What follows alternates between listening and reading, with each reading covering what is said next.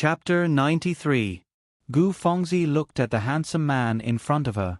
This man who had liked her for so many years, the more she looked at him, the more she liked him. She couldn't help but feel amorous. Her slender hand handed over a teacup.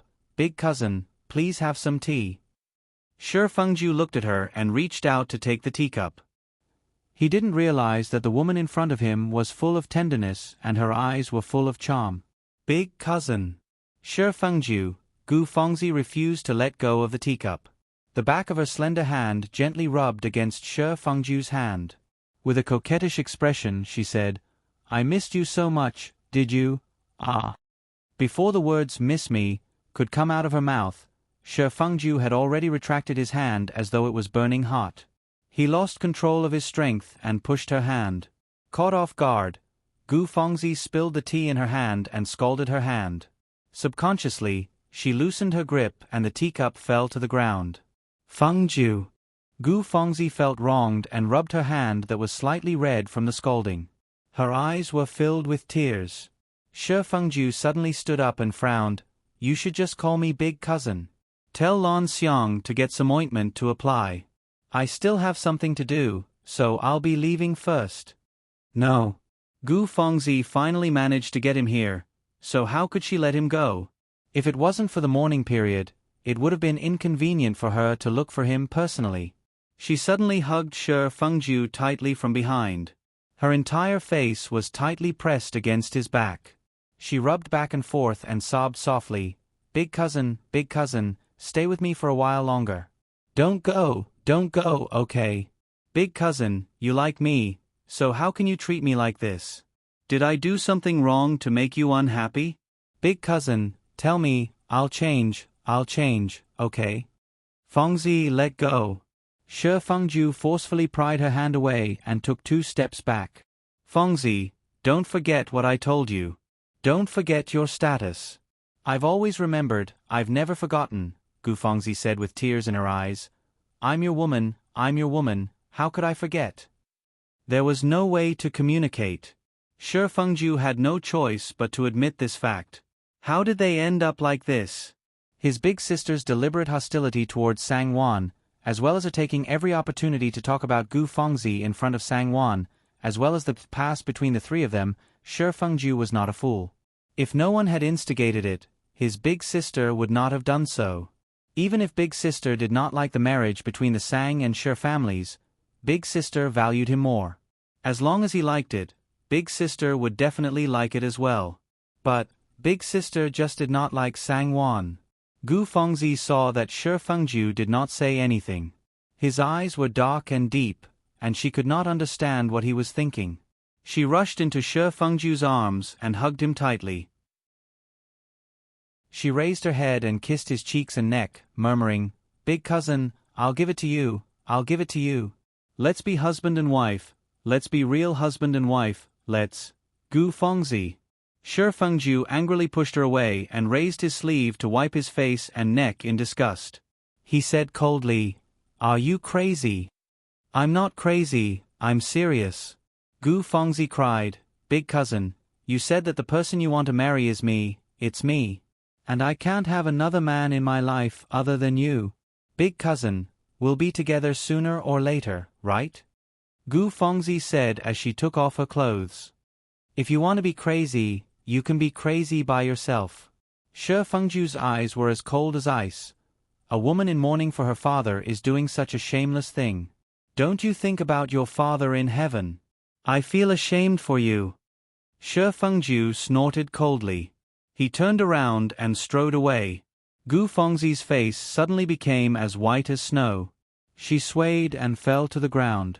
She weakly held on to the edge of the chair and bit her lips.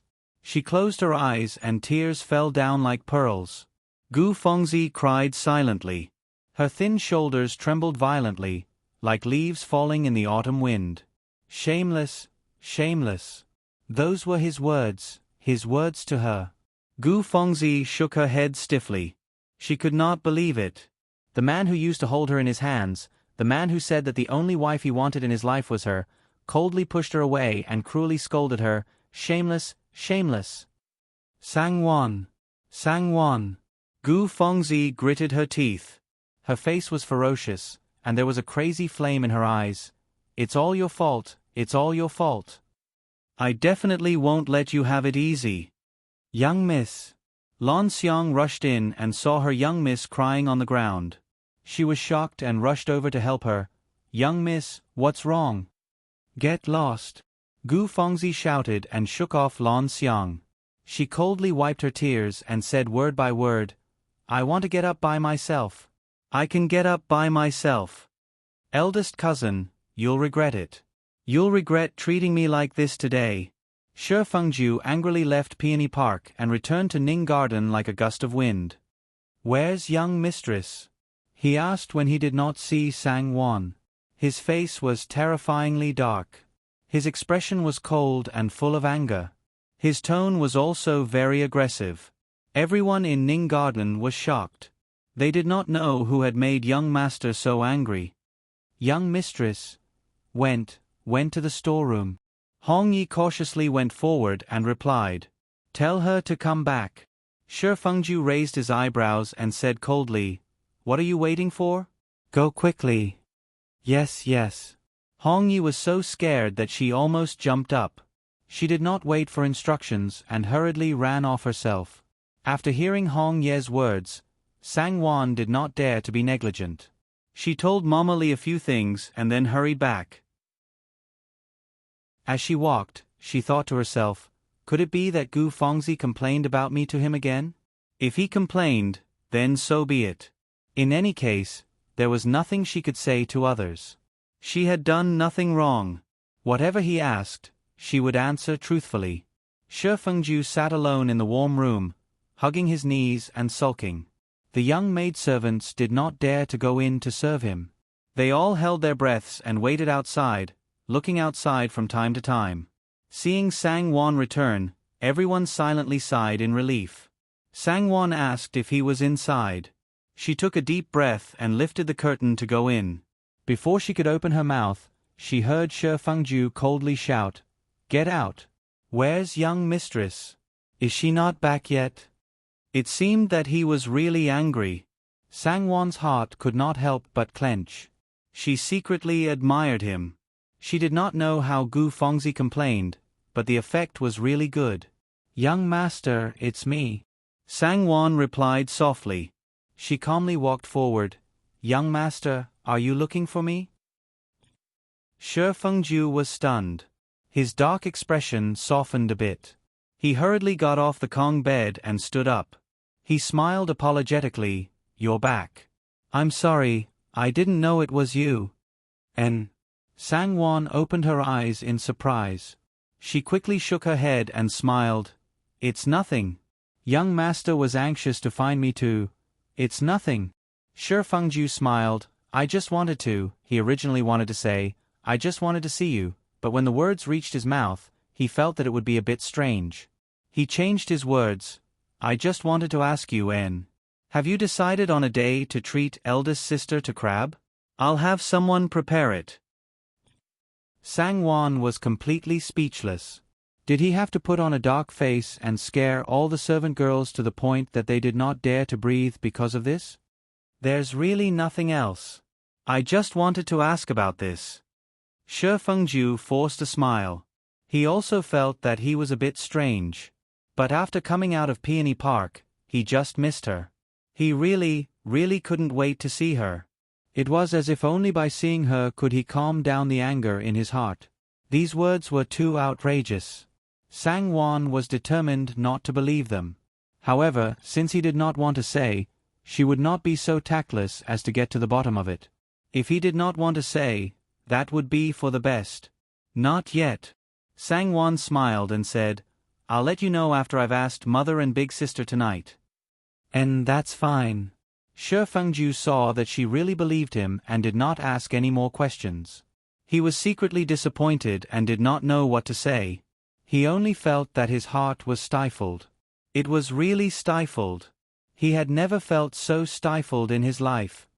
Eldest young master's complexion is not too good. What's wrong? Sang Wan finally did not disappoint him and asked. Shi Fengju's heart relaxed. He shook his head and smiled. It's nothing. I just feel a bit uncomfortable. Can you accompany me for a walk? Sang-won was startled. She thought about it and smiled. It just so happens that eldest sister just sent someone to say that she wants a few bonsai plants to be placed in the courtyard. I don't really understand these things. How about you accompany me to pick some? Shi Fengju laughed and joked. You don't understand? You're a refined person. How could you not understand?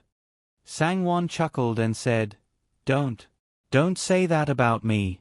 I'm the most vulgar person. The real refined person lives in Banana Courtyard. The two of them couldn't help but laugh. Sang-won regretted her words. Other than her brother-in-law, there was also her eldest sister who lived in Banana Courtyard. Her seniority was higher, so saying that was a bit too much. She stopped laughing and said, Then are you going or not? If you're not going, then I'm going to get busy. I'm going. Let's go. It was rare for her to take the initiative to invite him. Moreover, wasn't it the front of the flowers under the moon? How could he not go? The two of them had just left Ning Garden when they saw Mama Lee rushing back. She reported to Sang-won that the things had been sent to Banana Courtyard. She also saw that the eldest young master's complexion was normal. After asking if there was anything wrong, she felt relieved and watched them leave with a smile. Sang-won and Shi Fengju went to Songfeng Garden, where bonsai were placed in the estate. They picked 5 bonsai plants and ordered someone to send them to Banana Courtyard. When Shi Yumei heard that it was her younger brother who picked them, she didn't say much. However, she couldn't help but mutter to herself, this lass from the Sang family is really capable. She's always pushing everything to her younger brother. But then she thought, doesn't this mean that her younger brother values her and has her in his heart? For a moment, she didn't know whether to be happy or resentful. The next morning, Shi Yumei went to Peony Park to see Sang-won again. When she saw her, she asked with a smile, Did Fengju come to see you yesterday? Gu Fengzi's body stiffened slightly, but she still smiled shyly. Her neck drooped as she softly acknowledged with a smile, Big cousin came to accompany me for quite a while, but it's not convenient for me to keep him here, so I let him go back first. Shi Yumei laughed heartily and pinched her cheek intimately. She smiled and said, See, I'm right? Fengju still has you in his heart. He's just busy. Yes. How can I not understand? Gu Fengzi nodded with a smile. Chapter 94. Shi Yumei sighed and said, Isn't that so? You're his good wife. Our Shi family's business will depend on the two of you in the future. Gu Fengzi's eyes lit up. That's right, what was Sang-won to her? Even if she was in charge, she could only wander about in the inner residence. What would a frog in a well like her know about how vast the world outside was? Would she be able to help Big Cousin in the business? Once her mourning period was over, she would be able to join hands with Big Cousin to manage the Shi family's business. With a flip of her hand, she would be able to do whatever she wanted. That would be much better than being stuck in the inner residence. When that time comes, Big Cousin would naturally know who was the best for him to marry. As long as she had Big Cousin firmly in her hands. So what if she, Sang-won, was capable? How difficult would it be for her to become a concubine? If Cousin Yumei says so, how could Fengzi dare to accept it? Cousin Yumei, you're making fun of Fengzi. Gu Fengzi's brows relaxed and she smiled modestly. If you don't dare to accept it, who else would dare? Shi Yumei smiled and sighed. It's a pity that you met with such a situation when I just returned. Otherwise, we would be having so much fun now. Tomorrow, we'll be eating crabs at Chofeng Pavilion, but it's a pity that you won't be able to come.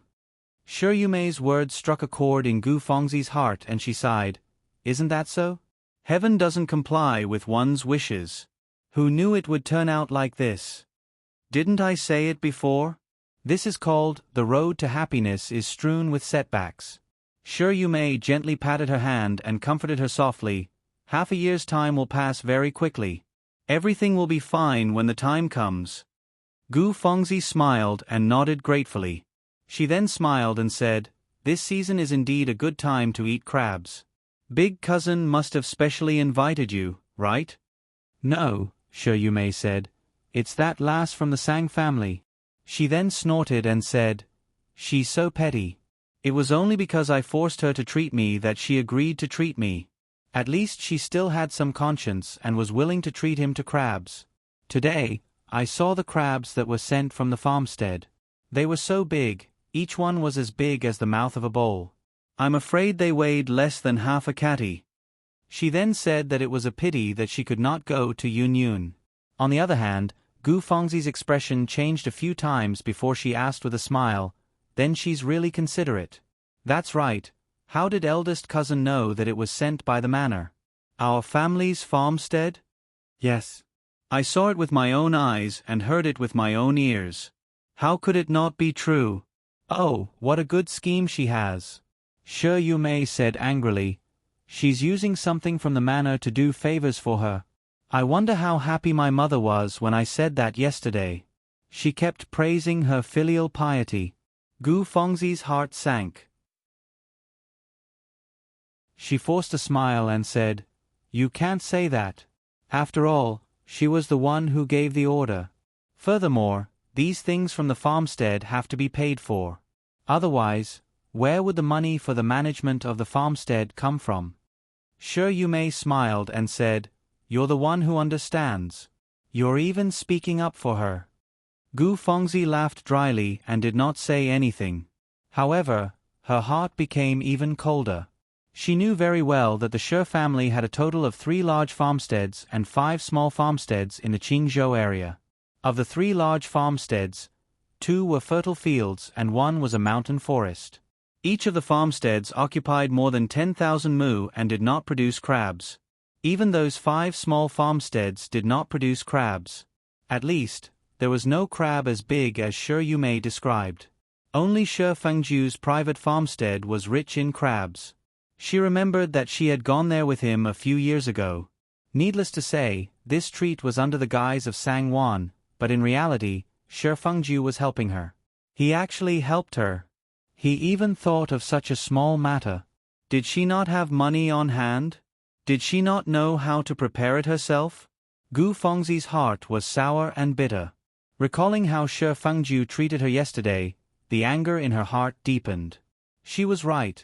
A man's heart was the most unreliable. Even if they were childhood sweethearts, even if they loved each other, it could not compare to the daily companionship. In the end, he had a change of heart. He was seduced by that vixen. Although Gu Fengzi was sad, she did not lose heart. Instead, her fighting spirit rose even more. She believed that since he could change once, he could change again. As long as she put in enough effort. All right. Is cousin Yumei doing well in Banana Courtyard? How is the decorating going? Gu Fengzi smiled and said, that sister of mine is the most elegant and refined person. With her helping to decorate, I'm sure it'll be elegant and comfortable. Shi Yumei sneered and said, don't mention her. How would I dare to ask her to do anything? Whenever I ask her something, she would make excuses and ask Fengju to do it. Even I feel sorry for Fengju. She really doesn't know how to feel sorry for her own husband. Shi Yumei said and told her how she had troubled Shi Fengju before and after the decorating of Banana Courtyard. She also complained that even the bonsai she had asked Sangwon to choose were chosen by her younger brother, Shi Fengju. When Gu Fengzi heard this, her heart burned with jealousy as if it was being pricked by needles. She rolled her eyes and explained to Shi Yumei. At the same time, she also gave herself an acceptable reason. She smiled and said, cousin Yumei should be happy. This shows that big cousin respects you as his sister. He has to do everything himself and instruct you personally before he can be at ease. I think so too. Shi Yumei gave her a knowing smile. Otherwise, she would have found another way to find fault with Sangwon. Cousin Yumei only brought Cui Zhu here. How many servants are there in Banana Courtyard? Are they convenient for cousin Yumei? Gu Fengzi asked casually. Shi Yumei nodded and smiled. Mother gave me 2 maidservants, Xiao Shuang and Xiao He, as well as 2 servants. Fengju also sent a manservant to serve your cousin-in-law in the study room in front. There are also servants to clean the courtyard regularly, so that should be enough. Gu Fengzi sighed and said with a smile, "It can be seen that Aunt Yumei dotes on you the most. She thought of everything for you. I thought that Sister Yumei would arrange servants for you." Sure Yumei was disdainful and said unceremoniously, "How can I use the servants she arranged? I'm not stupid. Why would I leave a pair of eyes in the courtyard? Cousin Yumei, you're wrong. Sister Yumei's servants are all very good. What's more, you are the Sure family's legitimate young mistress. Which servant would be so foolish as to be someone else's eyes?" Gu Fengzi's words made Sure Yumei very happy. Seeing her praising Sang Wan, Sure Yumei sighed and praised her for being broad-minded and virtuous. Unexpectedly, while Sure Yumei looked down on the servants in Ning Garden, Ran Jixien had other ideas. When Sure Fengju sent a servant to serve him in the study room, Ran Jixian's dream of having a beautiful woman to accompany him was shattered. After suffering a few losses, he no longer dared to provoke Sure Fengju. Instead, he found ways to find fault with Sure Yumei and complained all day long. Sure Yumei could not help but be annoyed and said, "Save it. This is my maternal family, not ours. Touch your conscience and tell me, since the day we arrived, when has my maternal family treated us badly? What more do you want?" Ran Jixien sneered, "They didn't treat us badly. The food they gave us was given through the gaps between their fingers. It's charity." As he said that, he rolled his eyes at Sure Yumei and said disdainfully, "You won't understand even if I say it like that. Let me give you an example. Let's say we go to a poor family.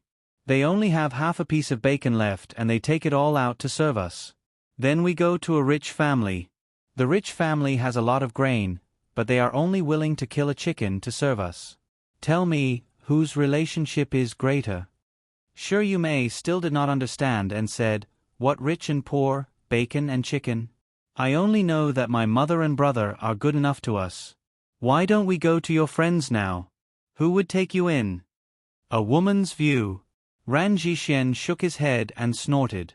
He did not want to argue with her, but he said, "Don't make your mother and brother sound so noble." "Humph. I'm a scholar. If it weren't for my future success, would they have taken us in? Wake up. If your brother really cared about us and was good to us, we wouldn't have fallen to such a state." Sure Yumei understood these words. She couldn't help but feel angry and anxious, but she couldn't find any words to refute. She could only hatefully say, "Here we go again. I'm a married girl. Don't tell me I have to rely on my younger brother to make a living instead of relying on my husband? Don't you know how our family's property was squandered? Do you want me to say it? Isn't it because you indulged in debauchery and squandered a lot of money outside? Even my dowry is gone, and I'm the only one left of my dowry. What else do you have to say?" Sure Yumei couldn't help but cry when she talked about the sad part. Ran Jixien was embarrassed, but he angrily reprimanded, "What does a woman know? How did I indulge in debauchery? That's just a social interaction between friends. Don't you know how to make friends through literature? How can I improve my knowledge otherwise? You won't understand even if I explain it to you." "That's right, I don't understand. I'm not as good as you." Sure Yumei sneered, "I'll be waiting. I'll be waiting for you to bring me back with a title of nobility. Only then will I submit to you. I'm afraid I won't have this fortune in this lifetime." Ran Jixien was so angry that his face turned pale. He pointed at her and said, "You, don't look down on people." No wonder the sage said, "Only women and villains are difficult to raise." The sage didn't lie to me. He then sneered, "You only want me to earn you a title of noble lady? You don't even have someone to serve you. I have to worry about everything. What's the point of studying?" "I think you're right. It's fine if I don't study." Sure Yumei was shocked when she heard this. "Isn't Shi Ming serving you in the study? Don't tell me he dares to bully his master." Ran Jixien snorted, "I can't control a servant. I'm too ashamed to say it. He's honest, clumsy and useless." Shi Mei was someone who understood him. She finally understood why he had been at loggerheads with her for the past 2 or 3 days. She glanced at him and sighed. Useless? If you're useless, you can't say it properly. How would we know if you don't say it? Ran Jixuan snorted and thought, say it? Would it work if I said it? Tell you? Which family are you from? In the end, Shi Mei was still concerned about her husband's future. After all, the final decision of her life depended entirely on him. She couldn't really live in her maiden home for the rest of her life. She didn't have time to be angry and said hurriedly, I'll go find my second brother today and ask him to change you to a clever servant.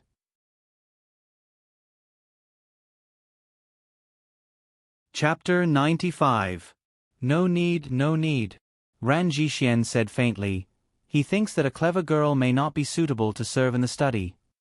Shi Mei looked deeply at Ran Jixuan and said, who do you think is suitable? Tell me. She wasn't too stupid. Ran Jixuan thought to himself. A servant girl, I think she is clever. I'm just afraid that your second brother won't be willing to give her to me. Ran Jixuan said faintly, but his tone didn't show any restraint. The anger in Shi Mei's heart immediately surged. Good, he didn't want a servant but a servant girl. She didn't need to think to understand what her husband was thinking. He must have taken a fancy to a servant girl and wanted to take her as a concubine. Shi Mei suddenly felt aggrieved and wanted to quarrel with him, but she gave up after thinking about it. There was no cat in the world that didn't eat fish, and there was no man that didn't lust after beauty. Although her husband was lecherous, he had never lost his sense of propriety. He hadn't been bewitched by vixens to favor his wife and neglect his concubines. Even in the past few years, he had at most a servant girl who slept with him. He didn't even have a concubine. It was obvious that he valued her, his legal wife, the most. It was good enough that her husband could do this. If he was like her sister-in-law, then she would be miserable. With that thought, the anger in Shi Mei's heart dissipated by half, and she said with a pleasant expression, just tell me which lass it is. It's just a servant girl. My second brother isn't such a petty person.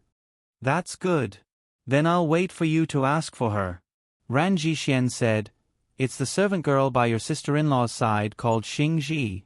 Shi Mei suddenly narrowed her eyes. Xingji? Xingji.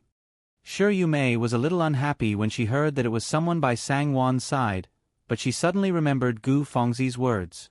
Then she remembered that Xingji was a servant girl in the residence, so there shouldn't be any mistakes. She nodded and said with a smile, you have good taste. That's my sister-in-law's servant girl. She has been serving in Ning Garden. Well, I'll ask my second brother when he comes back. Ran Jixuan was overjoyed, and a smile finally appeared on his face. He thanked her profusely and said that with such a clever person by his side, there was no need for him to worry about anything. He would definitely be able to get twice the results with half the effort when revising, and he would definitely not mistreat her when the time came. He coaxed Shi Mei until she was extremely happy and assured him that he would be at ease. She then sighed and said, if I can really make you focus on revising, not to mention one servant, even if it's 10 servants, I'll get them for you. My virtuous wife. Ran Jixuan smiled and cupped his hands in greeting. After a while he frowned and said, you can understand me, but won't your second brother think that I'm asking too much and deliberately picking on the servant he sent over? If we make each other unhappy, then let's forget about it. After all, we're living under someone else's roof. If we can, then let's just forget about it. Shi Mei also had the same idea, but she couldn't bear to hear others say such things. It was as if as long as she heard such words, it meant that she wasn't a member of this family anymore. She wasn't her mother's precious daughter, and she wasn't her brother's sister anymore. How can that be? Shi Mei snorted, my brother is definitely not that kind of person. He treats me, his sister, very well. What I'm afraid of is that someone is playing tricks behind his back. Forget it, I won't wait for him to come back. I'll go talk to my good sister-in-law now. Don't worry, I have a plan. Shi Mei didn't wait any longer. She immediately got up and went to Ning Garden with her maidservants. Sang-won felt her scalp go numb when she saw her. She had seen clearly what kind of temperament this couple had these days. Ran Jixien couldn't find fault with her, but Shi Yumei was different. This ancestor couldn't be flattered or beaten. She was even harder to serve than a mother-in-law. "Eldest sister, you're here. Please come in and have a seat." Sang-won smiled as she welcomed her into the warm room. At the same time, she ordered the maidservants to serve tea and snacks. To her surprise, Shi Yumei didn't find fault with her today. She didn't say anything that was neither sour nor cold. She even showed a smile on her face. "Sister-in-law, you're too polite. I hope I didn't disturb you." No, don't say that," Sang-won said with a smile. After sitting down and exchanging a few pleasantries, Shi Yumei smiled and chased her away. "I'm just idle and have nothing to do. I didn't expect to come to your place. You don't need to entertain me. Go do whatever you need to do. I'll leave after sitting here for a while." Go, really. We're family, so you don't need to be so particular." "Oh, just let this girl stay and chat with me," Shi Yumei said as she pointed at Xing-ji. Sang-won was secretly puzzled. Previously, she had thought that Shi Yumei was deliberately pretending to be polite. Of course, she didn't dare to take it seriously, so she just smiled and said perfunctorily, "Who knew that it didn't seem like it?" Shi Yumei clearly felt that she was in the way and insisted on chasing her out the door. Sang-won had no choice. Moreover, she really did have something to deal with. She got up and ordered Xing-ji to serve her eldest sister well. Then, she smiled and left. Shi Yumei held the teacup in her hands and looked at Jida from head to toe with a smile. Her figure was well proportioned, her shoulders were sharp, her face was oval-shaped, her nose was sharp, and her pair of watery eyes resembled 2 apricots. She had delicate features, and it was obvious that she was smart. Her cleverness revealed her honesty and steadiness. She didn't seem frivolous at all. No wonder old master had chosen her at first glance out of so many people. She was indeed an excellent one. The more Shi Yumei looked at her, the more satisfied she was. The smile on her face couldn't help but deepen as she nodded slightly. Xing-ji stood there and twisted her fingers. She didn't dare to raise her head under Shi Yumei's stare. Her heart was beating like a drum. She didn't know what this eldest sister was planning. Is there something on this servant's body or face that is disturbing eldest sister's eyes?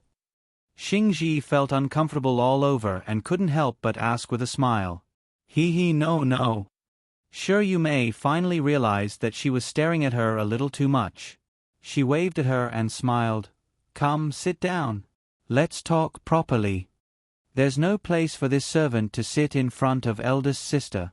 Xing-ji felt even more uneasy. She smiled and said, "If eldest sister has any instructions, please don't hesitate to tell me." This servant. Xing-ji's heart quivered and she cried out, "Oh no." In her heart. Could it be that eldest sister wanted to inquire about young mistress? She wanted her to be her eyes and watch over young mistress from now on? Xing-ji was shocked and her face couldn't help but change color. Shi Yumei saw this and felt both angry and amused. She reached out and pulled her to sit down. She smiled and said, "You're too timid. If I ask you to sit, then just sit. There's no need to be so particular. You know that I'm the easiest person to get along with." Then, this servant thanks eldest sister. Xing-ji had no choice but to force a smile and sit down. However, her heart was thumping nervously. Young mistress was a good person and taught her how to read. She was indebted to her. No matter what, she couldn't do anything to harm young mistress. At most, she would beg for her grace and quickly get married. Once she left this garden, everything would be fine, right? With the status of her parents and brothers in the Shi family, Xing-ji was confident of this. After preparing for the worst, Xing-ji's heart calmed down a little. "That's good." Shi Yumei smiled with satisfaction and began to chat with Xing-ji. She asked about how old she was this year. What did she like to do? How was her embroidery? What kind of tasks did she do by young mistress's side? How many siblings did she have? What did she do? Wait a minute. Xingji was even more certain of Shi Yumei's thoughts and refused to go into detail. Out of the 3 sentences, 2 were empty words. It was nothing more than, usually, I do whatever mistress tells me to do and I don't have any hobbies. When I'm not on duty, I'll go back to my room to rest or do the housework. I'm not good at needlework and don't do much exercise. However, Shi Yumei merely wanted to use this opportunity to improve the atmosphere of the conversation, and she did not care how she answered.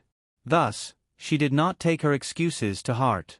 With one casually asking and the other randomly answering, the conversation miraculously went on smoothly. "All right, I heard that your young mistress taught you how to read? Is there such a thing?" Shi Yumei suddenly asked with a smile. Xingji's body stiffened and she smiled. "There is such a thing. But it's a pity that this servant is stupid and can't recognize many words. Compared to Lu Ye and Hong Yi, I'm far behind. Even young mistress said that it's hard to teach this servant." "Your young mistress is a talented woman. In her eyes, who isn't stupid?" Shi Yumei said half seriously and half jokingly. "If you ask me, isn't it the same whether a woman can read or not? What's the big deal? The most important thing is to marry a good husband so that you'll have someone to rely on for the rest of your life." When Xingji heard this, her face reddened and she couldn't help but lower her head and keep quiet. She was extremely embarrassed and thought to herself, "What's wrong with this young mistress? I'm not very familiar with her. Why did she suddenly mention this to me? Silly girl, what are you embarrassed about?" When Shi Yumei saw her embarrassed appearance, she was even happier. She couldn't help but hold her hand and said with a smile, "Which woman doesn't think this way? We're all women, so you don't have to be embarrassed. You're not young anymore. Are you betrothed?" Xingji's face turned even redder and she lowered her head even more. She stiffly shook her head and gently took back her hand. "That's great." Shi Yumei didn't mind and clapped her hands with a smile. She asked, "Then, are you willing to go with me?" "Young mistress?"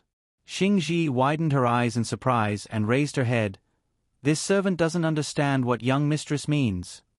Shi Yumei brushed her slightly wrinkled clothes and said with a smile, "I see that you're an intelligent person. I like you at first sight, so I won't beat around the bush with you. As you know, eldest young master is currently studying hard in preparation for the imperial examinations. It's just that he doesn't have a smart person to serve him, so it's inevitable that it will affect his hard work. Thus, he was thinking of choosing a good servant to serve him. It seems that you're the most suitable one. You're a child of our Shi family, so you're different from others. When young master succeeds in the imperial examinations, you'll be a proper concubine. Even Cui Zhu won't be able to compare to you. I'm not someone who can't tolerate others. Your young master has a good temper, so he won't treat you unfairly. When he has a son in the future, he'll have everything. Tell me, isn't this your good fortune? Which servant in the household wouldn't be envious of you? Who can compare to you in the future?"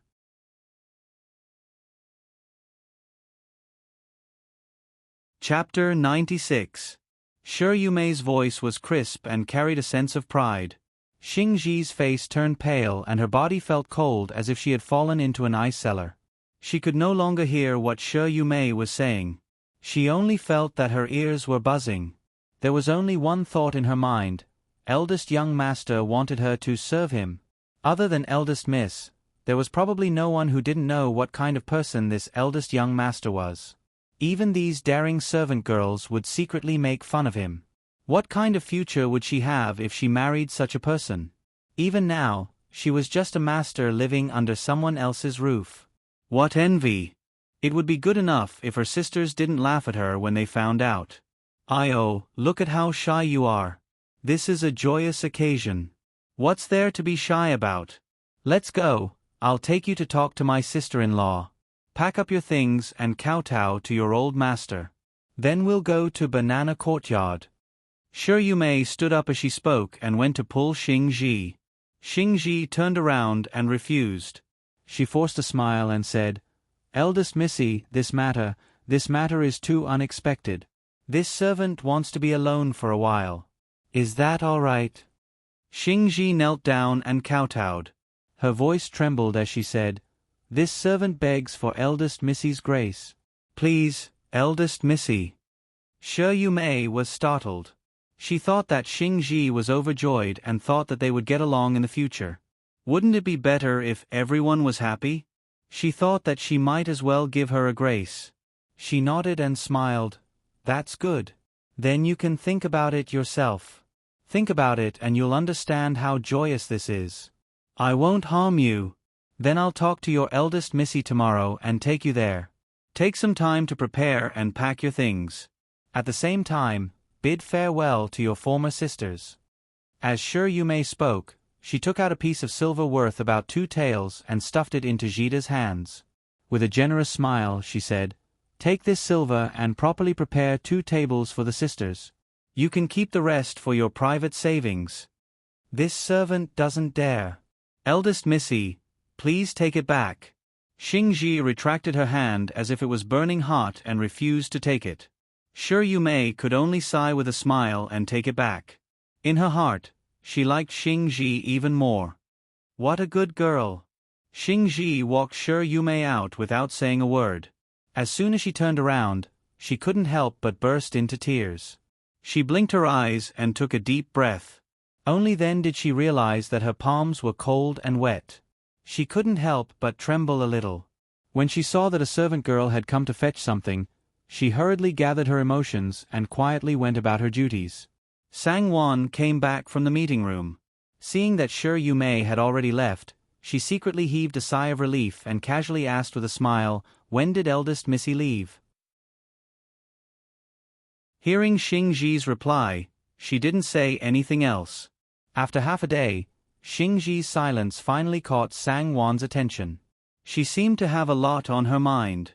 However, she didn't say anything, so Sangwon didn't ask. Xingji was too clean.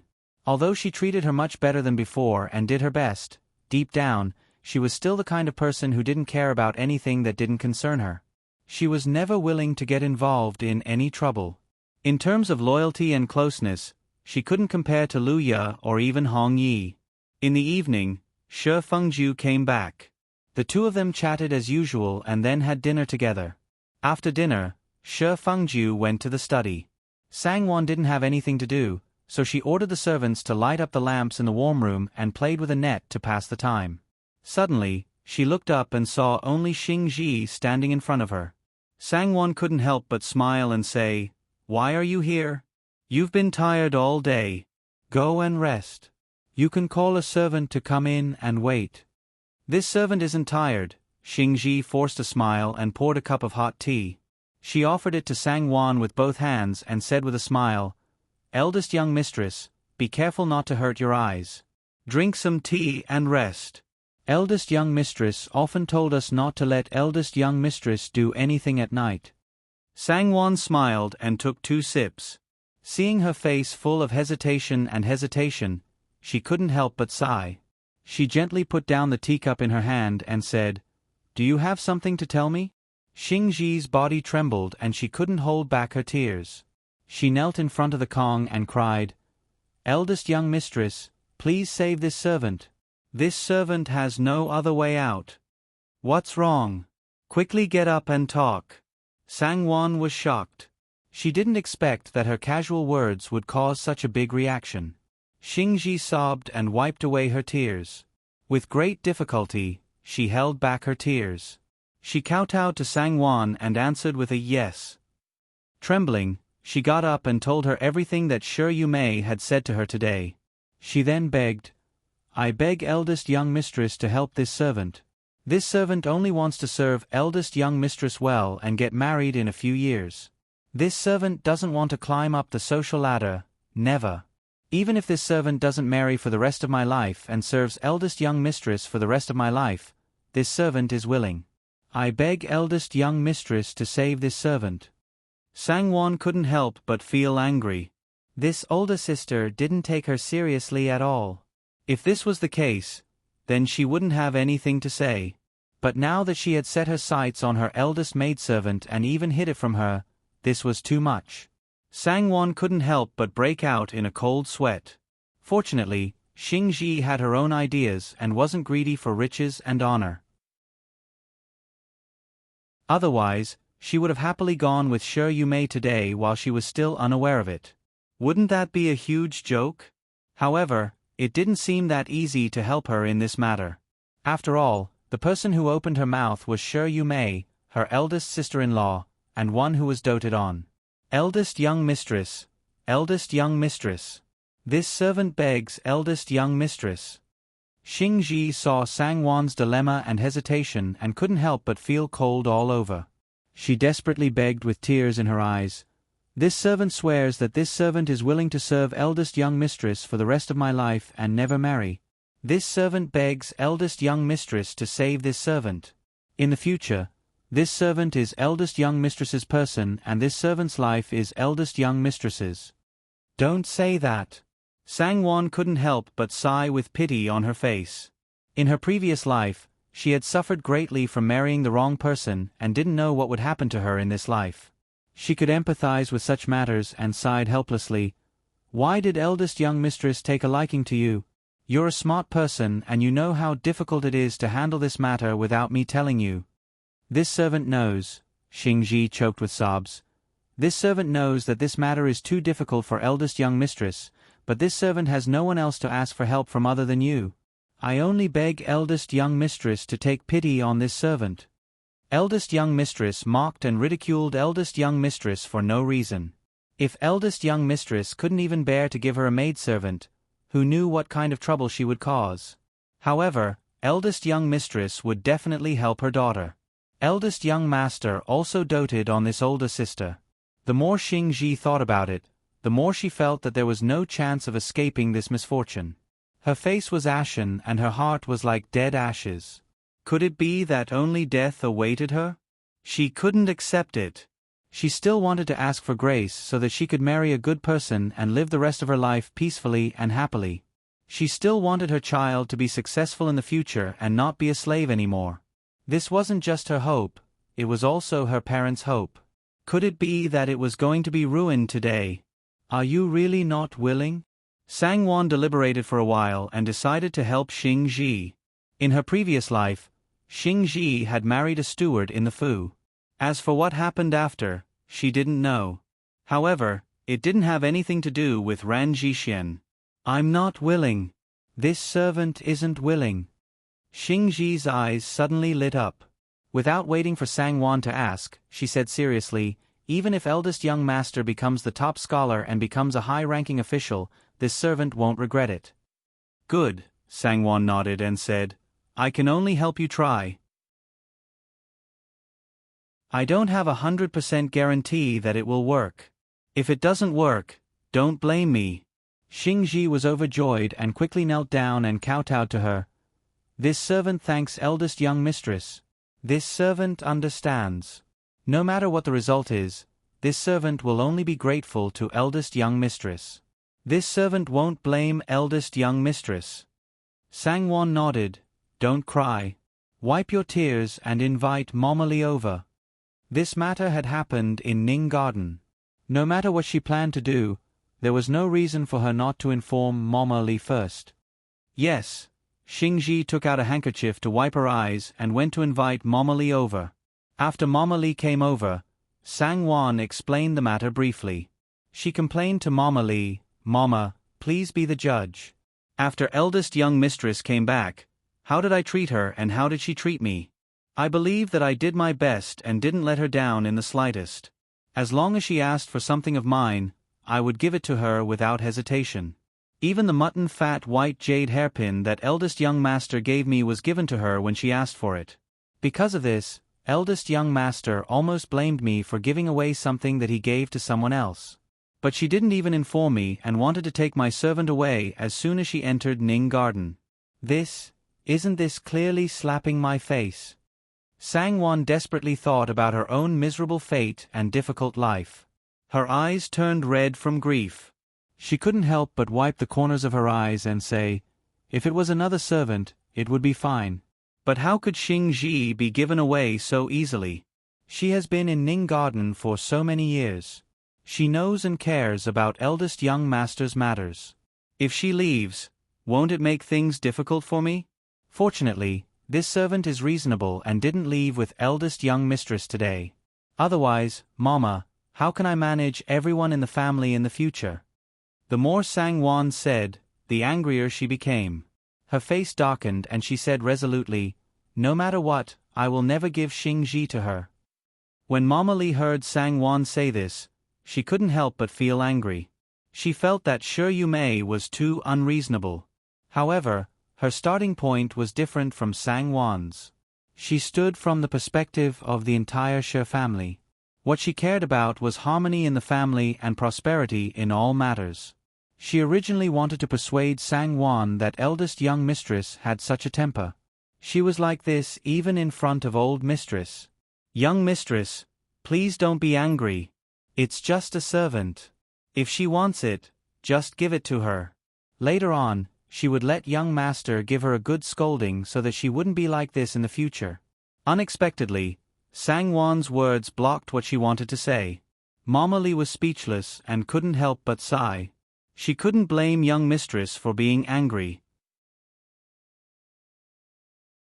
Speaking of which, young mistress was already tolerant and good enough to eldest young mistress. However, not only was eldest young mistress not satisfied, she was even more enthusiastic. Even a clay person had a temper. No matter how good young mistress's temper was, it didn't mean that she didn't have a temper. If she really didn't have a temper and allowed others to bully her, then she didn't need to manage this family.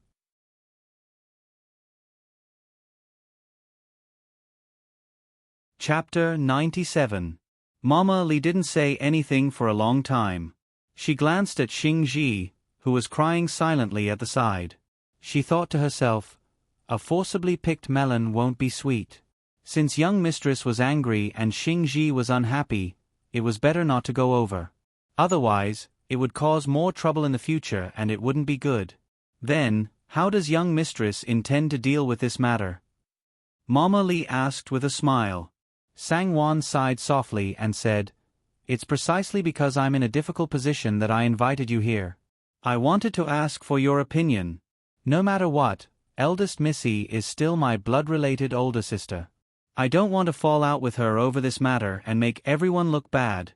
Mother and young master will also feel bad. But this time, she really went overboard.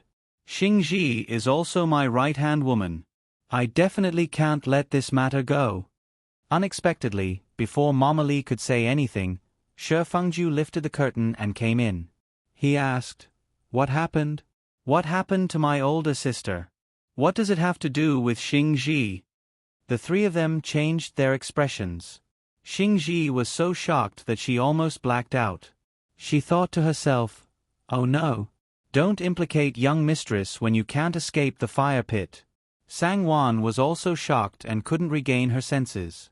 She thought to herself, "How could I be so careless? When I spoke, I should have asked Luya to stand guard outside the door." She didn't know how much he heard. Don't think that she was scheming against his older sister.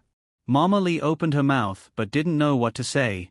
She was afraid that Shi Fengju would blame Sang-won indiscriminately. She hurriedly smiled and said, "It's good that young master is here. It's best for young master to make the decision on this matter. Young mistress, why don't you tell young master in detail?" On one side was his older sister, and on the other was his daughter-in-law. It was better to let young master have a headache over this matter. As Mama Lee spoke, she gave Xingji a look and pulled Xingji, whose half-body was still stiff, out of the room. It was better to let them solve their own problems. Sang-won also calmed down. She smiled and said, "Something did happen. Eldest young master, please take a seat. I will tell you slowly." Sang-won invited him to sit down and personally served Shi Fengju a cup of tea. She then sat down and told him what had happened. She told Shi Fengju that there was no need for her to beat around the bush like she did with Mama Lee. She told him the truth and said, "Xingji didn't want to go. She cried and begged me to help her. But big sister didn't mention this to me at all, so I didn't take the initiative to mention it. I was discussing with Mammy Lee, but I didn't expect you to come. She paused and said, Big sister said that Xingji is smart and wants her to serve eldest brother-in-law so that he can study in peace. But in my opinion, although Jida is a woman of few words, she has her own ideas. Since she has already said so much, I don't think it's a good idea to force her to go over. Shi Fengju's face had already darkened. He said angrily, This person really doesn't know how to be content. I didn't expect that he would even set his eyes on someone from Ning Garden. He really has guts. He then said to Sang-won, Don't worry about this matter. Just leave it to me. He sneered, Don't say that Xingji is unwilling. Even if she wants to go, she has to ask me first. Shi Fengju felt a wave of disgust when he thought about how his personal maidservant, who had served him for so many years, had become a concubine for that bastard Ran Jixuan. That's it? That simple? Sang-won was so shocked that she couldn't believe her ears. She had been deliberating for a long time, Xingji had been worried for a long time, and Mama Lee had been in a difficult position for a long time. All of this had been for nothing? He had easily settled all of this with just a few words? What's wrong? Are you stupid?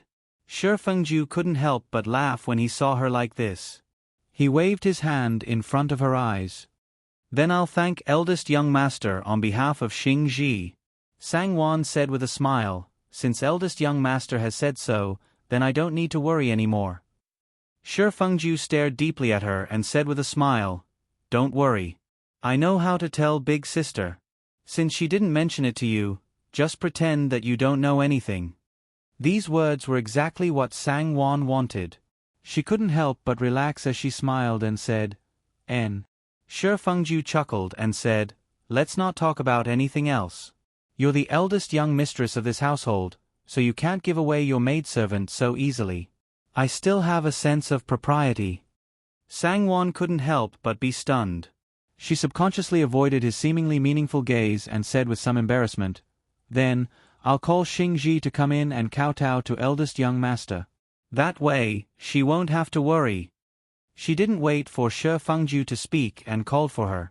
Sang-won's heart was in turmoil. She didn't feel good about it. He really seemed to treat her differently. He had changed, she couldn't describe it, but she didn't hate it or reject it. It was just that it was a bit lacking. She sighed in her heart. So what if you treat me well? Gu Fengzi, concubine Gu, is still living peacefully in Peony Park. With such a living person in the household, it would be difficult for her to deceive herself and others even if she wanted to. When Xingji came in, Sang-won looked at her nervous expression and couldn't help but smile. Your eldest young master said that you can't go even if you want to. How can you give away your maidservant so easily? Now you can rest assured, right? As expected, Xingji was unable to contain her joy. Her eyes were shining as she hurriedly knelt down and kowtowed to Shi Fengju. This servant thanks eldest young master for his grace. This servant thanks young mistress for her grace. This servant will serve young master and young mistress well in the future. All right, you may leave. Just help your young mistress share her burdens in the future. Don't let her worry about you for nothing. Shi Fengju said with a smile. Yes, this servant will obey eldest young master's words. Xingji kowtowed again, then got up and left. As expected, Sang-won pretended not to know anything about this matter. The next day, Shi Fengju went to find his older sister. He didn't know what she said to Shi Yumei, but Shi Yumei didn't come to find Sang-won and Xingji again. The next day, a broker brought a trained maidservant to Ran Jixuan and Shi Yumei to pick one for themselves. Although Ran Jixuan couldn't bear to part with Xingji, he didn't dare to touch Shi Fengju's reverse scale. He could only silently pick a pretty maidservant with charming eyes and bright eyes. Shi Yumei changed her name to Cuebao and placed her in the study to serve them. Shi Fengju then called Shi Ming back. Shi Ming felt as if a heavy burden had been lifted off his shoulders. After giving a simple explanation, he left Banana Courtyard without looking back. Today, the weather was good. Shi Fengju brought Sang-won back to the Mingda clan. He wanted to take her to a farm outside the city to stay for 2 days to relax. Shi Yumei happened to be talking to Wang. She saw Sang-won wearing a silver-red robe with a white bamboo leaf print and a long skirt with cinnabar trimmings. Her hair was tied up in a bun with a sparrow's head and a pearl hairpin. She looked rich and elegant. She was dressed to the nines. Standing next to Shi Fengju, who was wearing a moon-white brocade robe, she looked like a perfect match. Shi Yumei couldn't help but think of the white-clothed Gu Fengzi in the Peony Park. She suddenly felt uncomfortable. She smiled and said, "Second younger brother, you really know how to dote on your wife. You only took her out and didn't even bring your own sister out for a walk. To be honest, your eldest brother-in-law is always revising his homework. He should go out to relax from time to time." Sang-won subconsciously clenched her fists. If this eldest sister went with them, she was afraid that she wouldn't be able to relax. Instead of relaxing, she would be worried. Shi Fengju chuckled and said half-jokingly, "Eldest sister should stay in the residence to take care of eldest brother-in-law and chat with mother. I'll specially invite eldest sister the next time." Eldest sister is right. Eldest brother-in-law should go out to relax, but a vulgar person like me doesn't have a single elegant bone in my body. I'm afraid that eldest brother-in-law will dislike going out with me. How can you say that? Shi Yumei couldn't help but laugh. She couldn't help but acknowledge Shi Fengju's words. Her husband often showed an expression of disdain for the stink of money in the Shi family. She knew it all too well. Shi Yumei suddenly felt a little uncomfortable. She smiled and said, "Elder sister is just joking with you. How can I have the nerve to disturb you too? Unless I'm deliberately inviting resentment. Second brother, it's fine if you go, but don't forget the old when there's a new person. As the saying goes, new clothes are not as good as old ones." "Yumei, you're doing it again." Wang chuckled and said to Sang-won, "Your eldest sister really likes to joke without thinking. All right, you two should hurry and go." Sang-won smiled and nodded. She didn't refute Shi Yumei's words. However, Shi Fengju smiled and said, "Eldest sister is right. Eldest sister, you have to watch closely. Don't let eldest brother-in-law forget the old when he sees the new person. When that time comes, you won't even have a place to cry." Cui Bao had just entered the residence the day before yesterday, and Ran Jixian had already taken her in as his room that night. These 2 days, he had ordered her to serve him closely. If there was anything in the residence that Shi Fengju wanted to know, how could he not know? How can you talk like that? You little brat, you're becoming more and more impudent." Shi Yumei flew into a rage out of humiliation and glared at him. She didn't want to let Wang make the decision. Wang found it funny and said, "You're still blaming him? Weren't you the one who provoked him?" She smiled and said, "However, I dare not guarantee anything else, but I can guarantee that my son-in-law isn't someone who doesn't know his limits. He definitely won't spoil his concubine and neglect his wife." "That's right." Shi Yumei snorted and raised her chin at Shi Fengju. She said disdainfully, "Isn't she just a plaything that can eat and talk? What's the difference between raising her at home and raising a kitten or puppy? Why should I lower myself to her level? I'm flattering her." "Elder sister understands," Shi Fengju said with a smile. "A wife is a wife, and a concubine is a concubine. They can never be compared. There's no need to talk about the old and the new." As he said this, he intentionally or unintentionally glanced at Sang-won. Then he smiled at his elder sister and said, "If he dares to do such an unreasonable thing, let alone elder sister, I won't forgive him either." Shi Yumei was happy to hear this, but she didn't know whether she should be happy or not. She sighed and said with a smile, "Forget it, forget it. I can't win against you anyway. Let's hurry up and leave. Don't be an eyesore here." Everyone laughed. Shi Fengju smiled and pulled Sang-won away. The two of them got on the carriage and headed out of the eastern part of the city amidst the rumbling sounds. Through the thin curtains of the carriage, the bright sunlight cast a faint halo on the interior of the carriage. Looking out through the curtains, one could vaguely see the vast sky and the towering mountains in the distance. Sang-won's mood improved for no reason, and the corners of her lips curled up slightly. Speaking of which, it was pitiful. Other than going back to her parents' home, this was the first time she left the Sher family.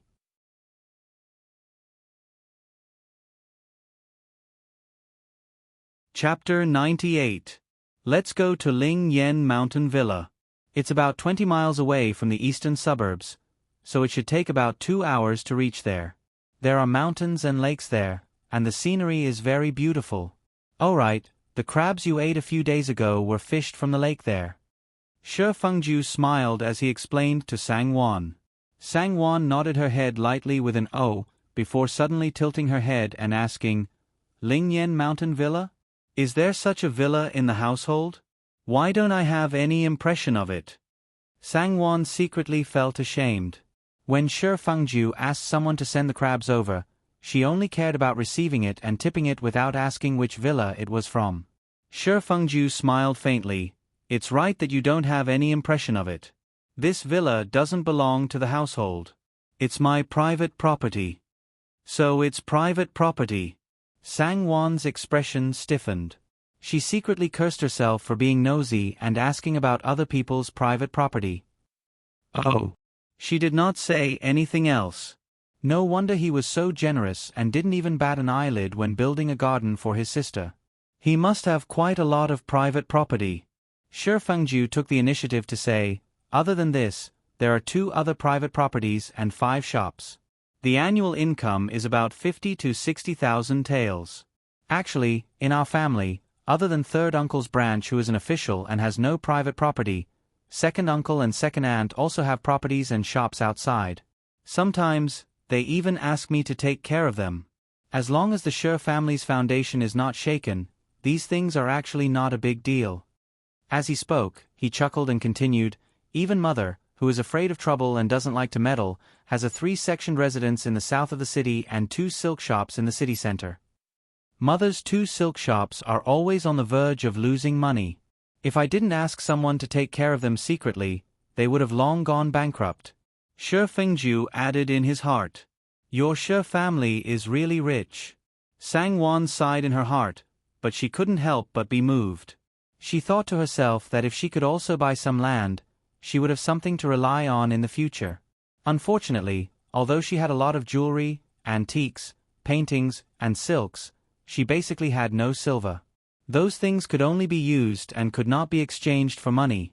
Sang-won couldn't help but feel depressed. She was thinking about how to save some money.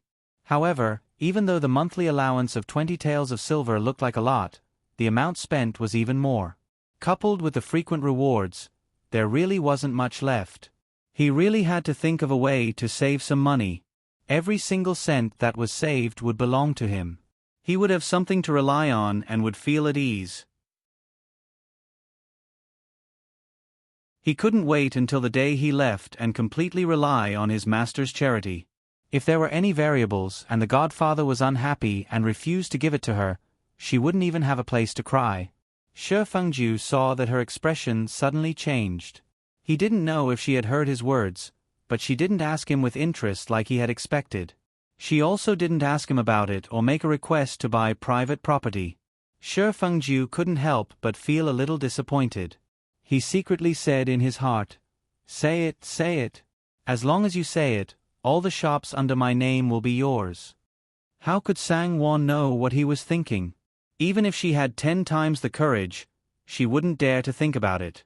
Suddenly, she felt that Shi Fengju had stopped talking. The atmosphere in the carriage was a little gloomy, making her feel a little uncomfortable. She thought that he must have felt the same. After thinking for a while, Sang-won smiled and said, "Do you still have any big crabs in your manor? Although I took a lot that day, I was too busy taking care of mother, second aunt, and eldest sister, so I didn't have time to eat too. If there are any more, you have to treat me today."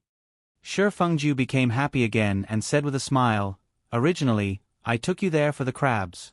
There are a lot of them. There's a lake next to the manor, which is also my property. Every year, the lake produces tens of thousands of catties of crabs. The water there is good, and the crabs are good as well. Every year, I ask Uncle Chui and Aunt Chui to keep most of the crabs for themselves or give them to others." "Really?" Sangwon couldn't help but smile and said, "I can see that I have good food. You can eat as much as you want. Uncle Chui and Aunt Chui know that we are going, so they should have already caught some crabs in the manor yesterday and are waiting for us," Shi Fengju said with a smile. When she smiled, her eyebrows were curved, her eyes were bright, and her pearl-like white teeth were exposed. She looked very smart and pretty. He couldn't help but feel his heart soften. He smiled and looked at her, lost in thought. The two chatted along the way, and the carriage turned into a quiet mountain road. They could see the green mountains, the birds chirping, and the leaves rustling in the wind. The air was filled with a pleasant fresh smell. Shi Fengju saw that there was no one in the forest, so he rolled up the curtain and ordered the coachman to slow down. He smiled at Sangwon and said, "After we pass through this valley, pass through a forest, and turn a corner, we will arrive." Sangwon looked out and saw that the middle of the forest was dyed red. Red maple, yellow maple, unknown purple, reddish-brown, and other kinds of leaves were mixed in with the green of the mountain. The colors were gorgeous and beautiful. There were also light purple, golden, and snow-white chrysanthemums by the roadside, on the hillside, and in the forest. She didn't know the name of the flowers, but there were bright red berries hanging in clusters on the branches. They were very attractive. Eldest young master really knows how to choose a place. It's so beautiful here. Sangwon praised sincerely, her eyes full of admiration. Shi Fengju leaned over and said with a smile, "Not only at this time, but it's even more beautiful in spring. In summer, the trees are lush and shady. It's also an excellent place to escape from the heat. I'll bring you here again when the time comes." "Okay." Sangwon agreed casually and smiled sweetly. Shi Fengju thought that she had agreed not to leave and not to leave him. He couldn't help but feel happy. He was so happy that the corners of his eyes were full of smiles. "I'll definitely bring you here again." After passing through the valley and the forest, they saw a clear and shallow stream coming from the bend. The stream was about 10 feet wide, and the water was clear and shallow. They could see the fine sand at the bottom of the stream, aquatic plants, and all kinds of round and small pebbles. Occasionally, there were large rocks half hidden and half exposed on the surface of the water, stirring up the snow-white waves. Wild chrysanthemums were everywhere on both sides of the river, and the shrubs were overgrown. "We'll arrive soon after we go around this bend. This stream flows from the Ling Lake next to the manor." Shi Fengju pointed and said with a smile, "What a beautiful stream. It adds a lot of spirit to this mountain." Sangwon also praised with a smile. Sure enough, after the horse carriage went around the foot of the mountain and made a turn, it suddenly opened up in front of them. It was a sparse bamboo forest. After passing through the bamboo forest, they could see the white walls, black tiles, and overhanging eaves hidden among the green trees. That was the glittering mountain villa. "They're here. They're here." They heard a lot of chatter and laughter. Before the horse carriage came to a stop, a middle-aged couple, a little girl around 12 or 13 years old, and 3 to 5 servants came up to them. The leading woman hurried forward and said with a smile, "Eldest young master, eldest young mistress, you've finally arrived. The old slave thought that you should be here by now." "Aunt Chui, Uncle Chui." Shi Fengju smiled and got down from the carriage. He helped Sangwon down and said with a smile, "Eldest young mistress has just returned. She loves the mountain scenery, so she's a little slower." The little girl, Chui Ling, hurried forward and bowed respectfully. She called out crisply, "Eldest young master, eldest young mistress." Shi Fengju smiled at her. "Little Ling has grown taller." Aunt Chui hurried forward to help Sangwon and said with a smile, "Eldest young mistress is so lucky. Eldest young master is a good person." Old slave was wondering which family's young mistress would be so lucky. She then sighed, "Only someone like eldest young mistress is worthy of eldest young master." "Aunt Chui, you're exaggerating." Sangwon blushed and smiled embarrassedly. Uncle Chui went forward and cupped his hands. The manor has prepared everything. Eldest young master and eldest young mistress, please go in and rest. Yes, yes. It's all my fault for being so long-winded. Eldest young master, eldest young mistress, please go in. Aunt Chui smiled apologetically. Everyone crowded around Sang-won and Shi Fengju as they went in. The rooms in the manor were very spacious and bright. The decorations were also much simpler. It was not as luxurious as the residence, but it was more natural and exquisite. After washing their faces and hands, Aunt Chui smiled and poured tea for them. She said with a smile, "This is the pine radish tea that old slave made himself. It's very clean, but I don't know if it's to eldest young mistress's taste. If eldest young mistress doesn't like it, old slave can make something else." When Sang-won heard her question, she knew that Shi Fengju liked to drink this kind of tea. She smiled and took a sip. It tasted light and had a faint grassy fragrance. She smiled and said, "This is good. I also like tea that has a mild taste." Aunt Chui smiled and said, "It's good that eldest young mistress likes it. If eldest young mistress doesn't mind, old slave can make some for you to bring back." Sang-won smiled and agreed.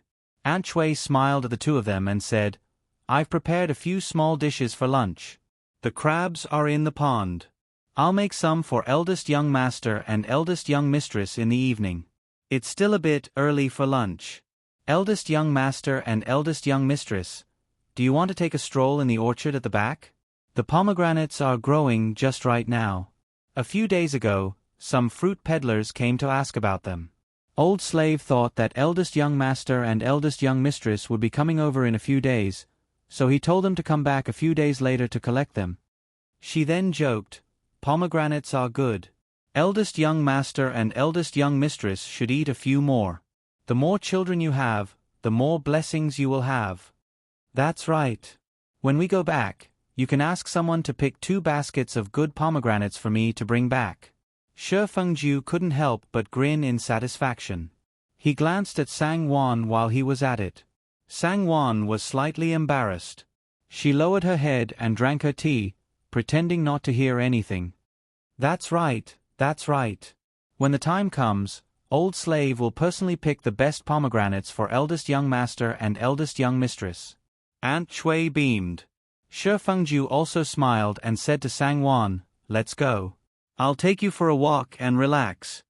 Sang-won couldn't refuse, so she smiled and said, "N." She got up. I'll go too. I'll lead the way with eldest young master and eldest young mistress." Chui Ling clapped her hands and shouted, "Okay. Then let's go together." Sang-won said. This time, Shi Fengju insisted on not bringing a single maidservant with him. He only said that there were servants at the farmstead to serve them. As a result, Xing Ji, Lu Ye, Hong Yi, and the others didn't follow along. At this moment, Sang-won's heart was beating like a drum for Ri Zhong. Speaking of which, she had never been alone with him before. She was afraid that it would be awkward. "I'll go get a basket." Chui Ling cheered when she heard Gu Changle's agreement. She quickly turned around and left. Shi Fengju felt helpless and could only smile without saying anything. Unexpectedly, Chui Ling came back with a basket. When Aunt Chui sent them out, Chui Ling suddenly looked up at Shi Fengju and asked, "Eldest young master, why didn't Miss Gu come?"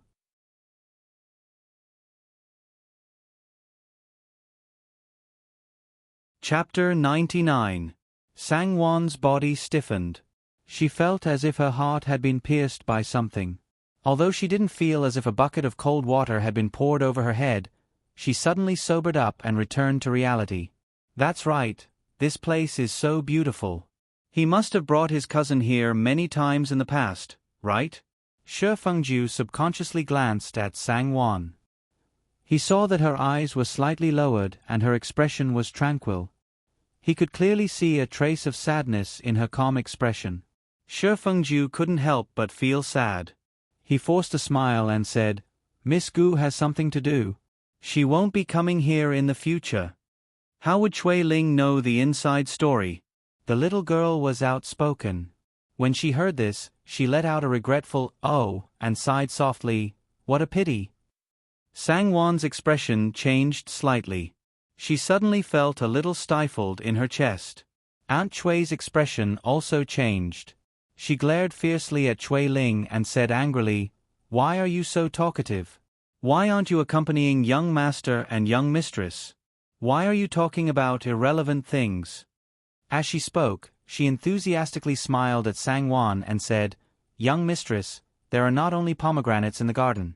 There are also grapes, dates, oranges, and many other fruits. Young mistress can slowly walk around and try them all. The soil here is good, the water is good, and the fruits are especially sweet." "Is that so? Then I'll have to try them properly." Sangwon smiled.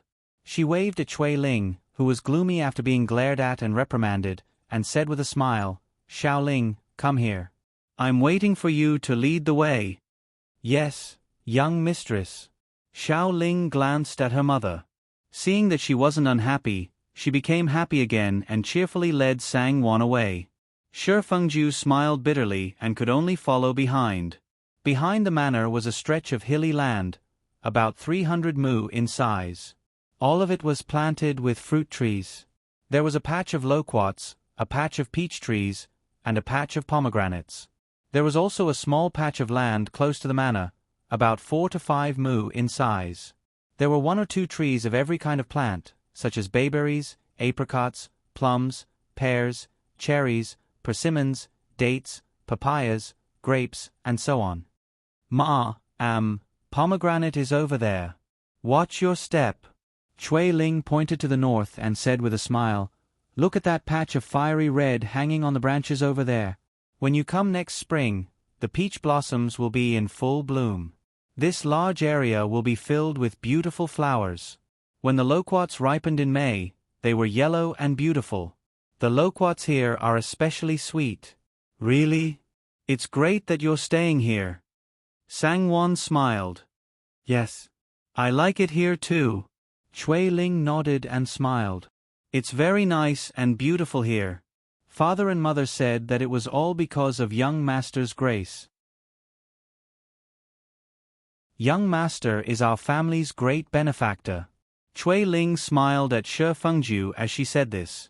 Shi Fengju caught up with her in a few steps and said with a smile, "Lass, your mouth is getting sweeter and sweeter. Why aren't you walking slower?" "Ma can't keep up with you." Chui Ling glanced at the soft satin embroidered shoes on Sangwon's feet and smiled embarrassedly. "It's all my fault for not thinking it through. Ma are you all right? Why don't you sit down and rest?"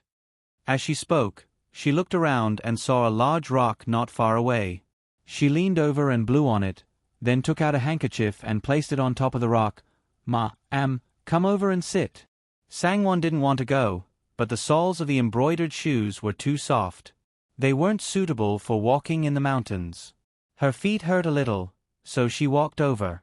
Shi Fengju gently held her arm. "Slow down."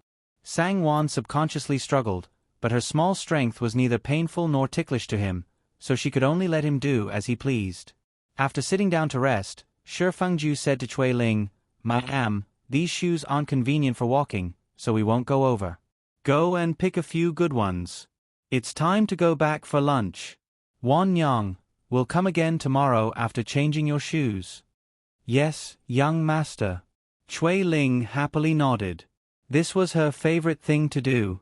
She agreed and dashed off. "Does your foot hurt badly? Is it serious?" Shi Fengju hurriedly asked. Sangwon's dark and watery eyes glanced at him, and she felt a little upset. She didn't expect him to notice this. Although the shoes on her feet weren't suitable for walking, she believed that she could endure this little bit of pain and discomfort, so she didn't show it. Unexpectedly, he sensed it. "I'm fine. I'll be fine after resting for a while." Sangwon shook her head and smiled. She unconsciously stood up and said, "Since we're here, I really want to go and take a look. Just walk a little slower. Then walk a little slower. Don't force yourself if you don't feel well."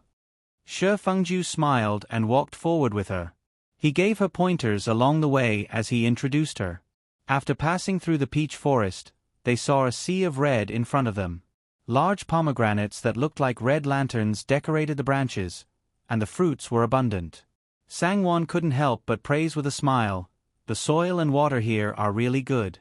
These pomegranates grow so well." "Ma'am, young master." Chui Ling hurriedly ran over when she saw them. Her basket was filled with more than 10 fist-sized red pomegranates. She took one and wiped it on her lapel before handing it to Sangwon. "Ma'am, have a taste. It's really sweet." She then smiled and said, "But this isn't the sweetest time yet. After a few frosts in October, these pomegranates will be so red that they look like they're dripping blood. At that time, they'll be the sweetest and most delicious. Every single pomegranate seed will be completely red. Let me do it." Shi Fengju took the pomegranate that Chui Ling handed over. He pinched and broke the pomegranate in half and handed one half to Sangwon. "Be careful. Don't get it on your clothes." Chui Ling couldn't help but giggle when she saw this. She then said, "Young master is really good to ma'am. I've never seen young master. Ma'am, does your leg still hurt?" Chui Ling originally wanted to say, "I've never seen young master treat anyone so well. Even Miss Gu in the past didn't." She remembered her mother's glare and reprimand and stopped herself. "It's fine. Oh, here's your handkerchief. Take it and keep it well." Sangwon smiled and shook her head. She took the handkerchief out of her sleeve and returned it to Chui Ling. Chui Ling smiled and thanked her. The three of them then went back. When they passed by the forest with all kinds of fruit trees, they strolled around. Chui Ling carefully picked 2 bunches of ripe purple grapes and said that she would wash them later for ma'am to taste. Aunt Chui saw them return and quickly welcomed them with a smile. She supported Sangwon with an arm and said with a smile, "Ma'am, young master is back. Let's have lunch after resting." She then smiled and asked Sangwon, "Ma'am, are you tired? The road wasn't easy to walk, right?" Sangwon smiled and said it was fine. She then walked into the house. Not long after, Aunt Chui brought a servant to lay out the dishes. The dishes were all mountainous and wild. There were vegetables, chickens, ducks, fish caught in the lake, mountain bamboo shoots, mushrooms, wild vegetables, and so on. There was no chef at the farmstead. Aunt Chui and 2 servants did everything themselves. The simple stir-frying method used by farmers was nothing more than oil, salt, soy sauce, and vinegar. There were no other seasonings. Sangwon ate to her heart's content. The taste was very similar to what she ate at home. She couldn't help but praise Aunt Chui's cooking. She smiled and said that she hadn't eaten such good food in a long time. The Shi family's chef might not be the best in Qingzhou, but he was still one of the best. What good things didn't the Shi family have? Aunt Chui didn't believe Sangwon's words, but Sangwon's words made her feel especially happy and accomplished. She smiled and said, "It's good that ma'am likes it. Why don't ma'am bring the old slave along when you go back? The old slave will cook for ma'am every day. I'm just afraid that ma'am will get sick of it after 2 days." Sangwon smiled and said, "Really? I can't ask for more. I'm just afraid that Aunt Chui won't be willing to part with this place. I won't hide it from ma'am. Speaking of which, the old slave really won't be willing to part with this place." Aunt Chui didn't pretend and chuckled. Everyone laughed when they heard that. Aunt Chui couldn't help but secretly size up Sangwon. She didn't expect this young lady from the Sang family to be so dignified and elegant. She also treated people kindly and seemed to have a good temperament. No wonder young master treated her so well. Previously, she felt sorry for young master and young Miss Gu. Now, it seemed that ma'am wasn't any worse than young Miss Gu. Young master was truly blessed. She couldn't help but feel a little puzzled. Why didn't young Miss Gu come this time? She wondered how she was doing now. Aunt Chui suddenly felt complicated when she thought of Miss Gu's bright and cheerful smile. She didn't know whether she should side with ma'am or Miss Gu.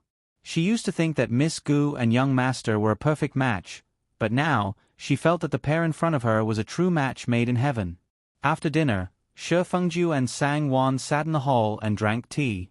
Aunt Chui hurriedly washed pomegranates, pears, grapes, and other freshly picked fruits and served them.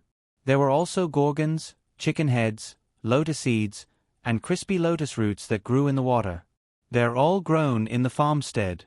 Although they aren't worth much, Ma should try something new, Aunt Chui said with a smile. Sang Wan nodded and smiled. Thank you for your concern. It's already rare to find something this fresh. You're right. The lotus roots grown in Lake Ling are especially crispy, sweet, and refreshing. Here, try it. Shi Fengju used a toothpick to pick up a piece of fresh and tender lotus root and handed it to Sang Wan. Sang Wan wasn't used to his intimate behavior in front of others. She couldn't help but blush, but she couldn't refuse him. She could only smile and take a bite. It was crispy, sweet, and juicy, with the unique fragrance of lotus roots. Sang Wan smiled at him and praised it. Aunt Chui was happy when she saw that she liked it. She couldn't help but smile and praise Lake Ling. Shi Fengju asked, "Why aren't there any water chestnuts? There should be a lot at this time." Aunt Chui smiled and said, "Young master is very attentive. We also picked a lot of water chestnuts this morning. It's just that the ones we picked this time were a little old and not crispy enough, so old slave didn't bring them up. Later, I'll ask Las Ling to pick some more for young master and young mistress to try." Shi Fengju's eyes lit up and he smiled. "That's great. The weather is good today. Later, Wan Yang and I will go too. We can also go sightseeing in the lake." He then smiled at Sang Wan and said, "Crabs grow in Lake Ling. The water chestnuts grow the best.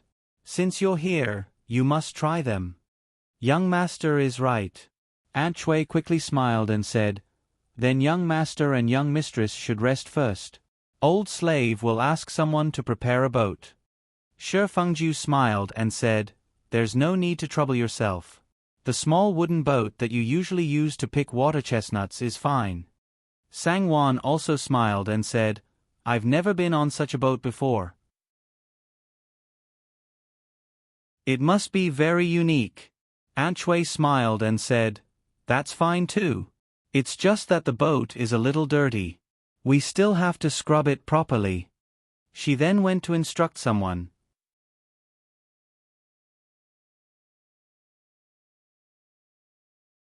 Chapter 100. When Chui Ling heard that the two of them were going to take a boat to the lake to pick water chestnuts, she couldn't help but become happy again. Her eyes lit up as she smiled and said, eldest young master, why don't I go prepare a fishing rod? There are so many prawns in the lake. We can catch one in one go." "Sure. We can cook them for dinner tonight." Shi Fengju smiled. Chui Ling was so happy that she repeatedly agreed. She turned around and happily went to prepare the fishing rod. Not long after, they arrived at the lakeside. Sang Wan raised her eyes and looked into the distance. The lake was about 40 to 50 mu wide. The surface of the lake was sparkling and silver. From time to time, pure white water birds skimmed over the surface of the water, chirping. Near the shore, there were scattered broken lotus stems. One could imagine how beautiful it would be when the lotus flowers bloomed in the summer. Shi Fengju smiled and said, "This wasn't a lake originally.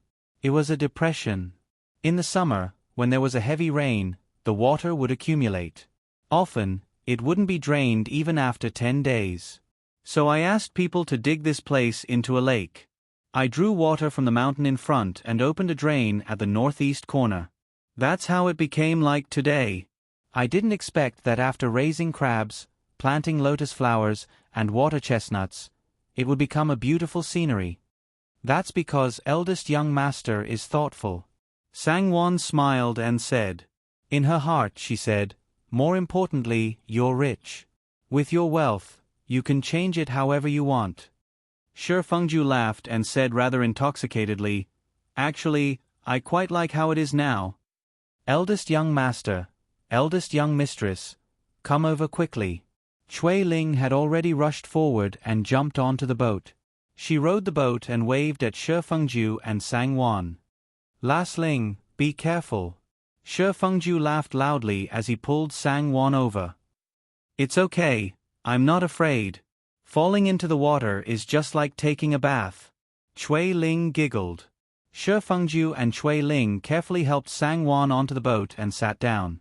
Chui Ling smiled and said, "Maram, please help her.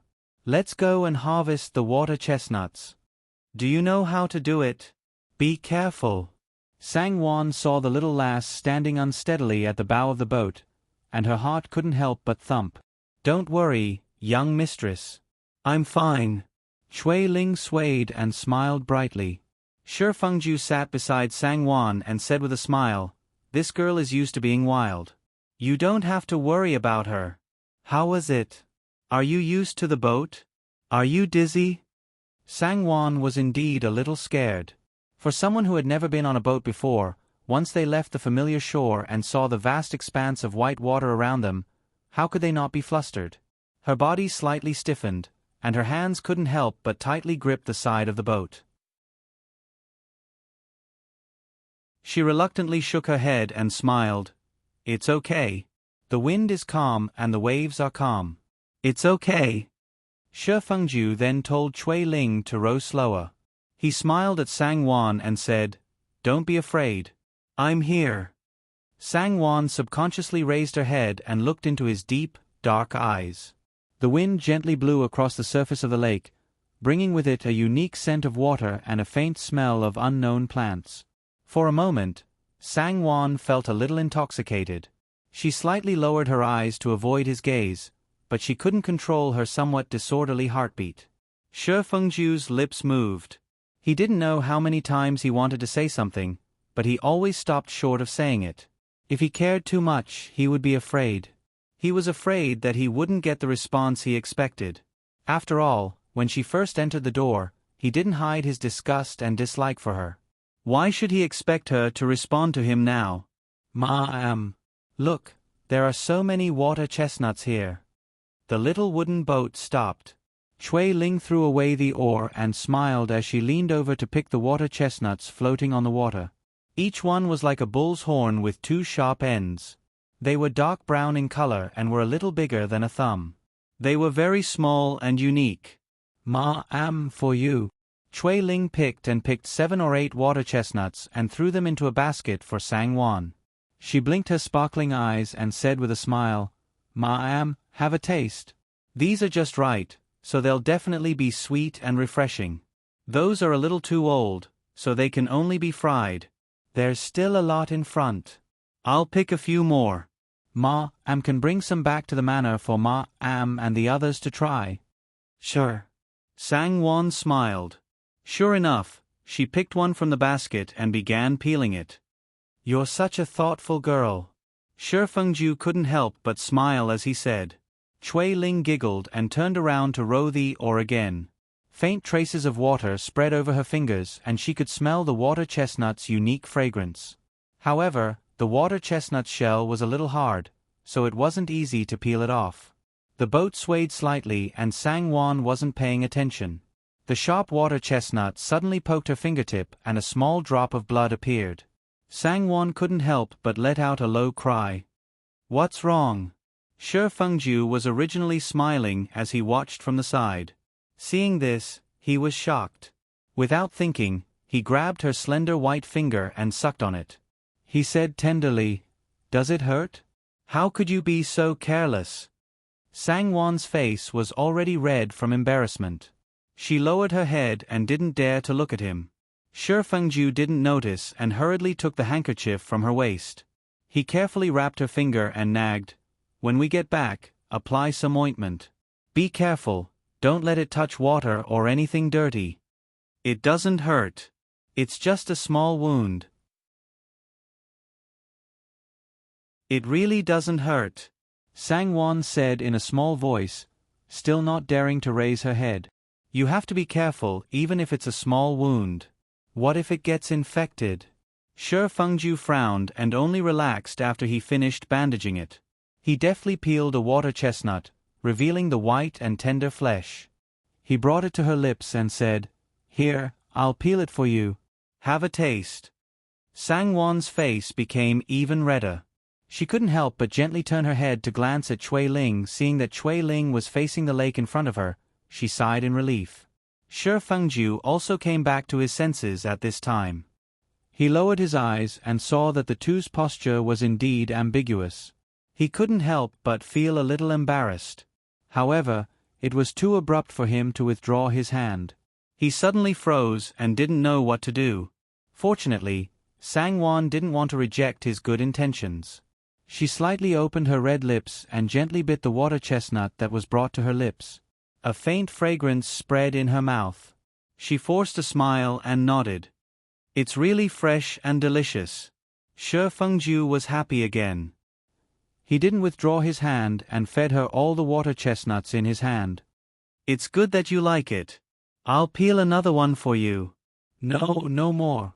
Although the water chestnut left a fragrance in her mouth, she didn't taste anything at all after swallowing it. Her heart was in a mess and her head was a little dizzy. How could she bear another one? Then let's go back and eat it. Shi Fengju smiled and didn't insist. He just looked at the blushing woman in front of him. She was like a lotus flower that had just bloomed in the water. The more he looked at her, the more he liked her. Eldest young master, eldest young mistress. This area is full of water chestnuts. No more, no more. Let's just pick them here. Chui Ling stopped and laughed crisply. Shi Fengju and Sangwon looked around. Sure enough, there were water chestnuts scattered in clusters on the surface of the water. It was a delightful sight. Then go ahead. Be careful. Shi Fengju said with a smile. Yes. Chui Ling agreed crisply. She put the wooden basin in the boat into the lake and carefully stepped into it to sit down. The wooden basin swayed gently. Chui Ling used her hands to paddle the cool lake water. When she saw Sangwon looking at her with a curious smile, she enthusiastically called out, "Young mistress, do you want to give it a try? It's so fun." "You go ahead." "Young mistress won't go." Shi Fengju hurriedly pulled on Sangwon's sleeve as if she was going to jump in immediately. Chui Ling stuck out her tongue and giggled. She said, "Then young master and young mistress can fish for hemp prawns here. My father and I have been here before. There are a lot of them here." As she spoke, she paddled the wooden basin with her hands. Her fair and tender hands casually plucked a small, black water chestnut and threw it into the wooden basin. "This lass is so quick-witted." Sangwon couldn't help but praise her with a smile. Shi Fengju smiled and said, "If you like her, why don't you call her into the estate to serve you in a year or two?" Sangwon shook her head and said with a smile, "That won't be necessary. Her whole family is living well here. Why should we detain her in the estate?" Shi Fengju smiled and shook his head. Sometimes you are just too kind." "Is it bad to be kind?" Sangwon looked at him and smiled faintly. Shi Fengju was stunned. He then laughed loudly. Good, why is it bad?" His smile seemed to contain a kind of doting emotion, which made Sangwon's face heat up. She hurriedly averted her gaze. Shi Fengju had already dropped the thin line used to tie the chicken bone into the water. After a while, the thin line shook. When it was pulled up, a finger-sized prawn was revealed. It was tightly clamping the bone with its pair of large pincers. Sangwon couldn't help but cry out in surprise. She clapped her hands and said with a smile, "What a big prawn! This lake really had everything. Do you like it?" Shi Fengju smiled. He carefully caught the prawn and threw it into the bamboo basket. He then pulled her over and said, "Come and try it." Sangwon smiled and took the fishing rod from Shi Fengju's hands. She then threw it into the lake again. Not long after, they had harvested half a basket of prawns. Their cheerful laughter floated on the surface of the lake like silver bells. When the sun started to set, the three of them abandoned the boat and returned to the manor. They talked and laughed all the way. Sangwon didn't know how long it had been since she was so relaxed and happy. Without all the complicated and trivial matters, a leisurely life in the forest was indeed the most pleasant. "Young mistress, you must be tired. Quick, let's go inside and rest." Aunt Chui quickly came out to welcome them. She smiled and helped Sang-won inside. She said with a smile, "Young mistress and young master, please wash your faces and hands first. The big crabs are delicious when steamed. I've already washed them. We'll eat them later. Old slave will serve them in the drawer. Let's go now. Also, let's boil these prawns and make a bowl of Aunt Chui's best seasoning." Shi Fengju said with a smile. Okay. Old slave will go now. Aunt Chui said with a smile, "These prawns that have just left the water can be boiled in white water. They'll taste best when dipped in the sauce. Young mistress, let's have a taste of old slave's cooking today. Hee, we'll be staying here for another 3 or 4 days. We'll definitely be able to taste Aunt Chui's cooking," Shi Fengju said with a smile.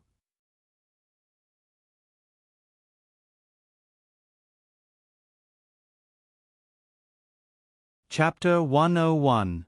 That's great. The old slave won't disappoint eldest young master and eldest young mistress, Aunt Chui said with a smile. That night, the large crabs were steamed and served on the table. The fat crab meat was delicious and the crab roe was rich. It was accompanied by thin shredded ginger and excellent aged vinegar. A pot of rice wine brewed from glutinous rice and mixed with chrysanthemum was also warmed.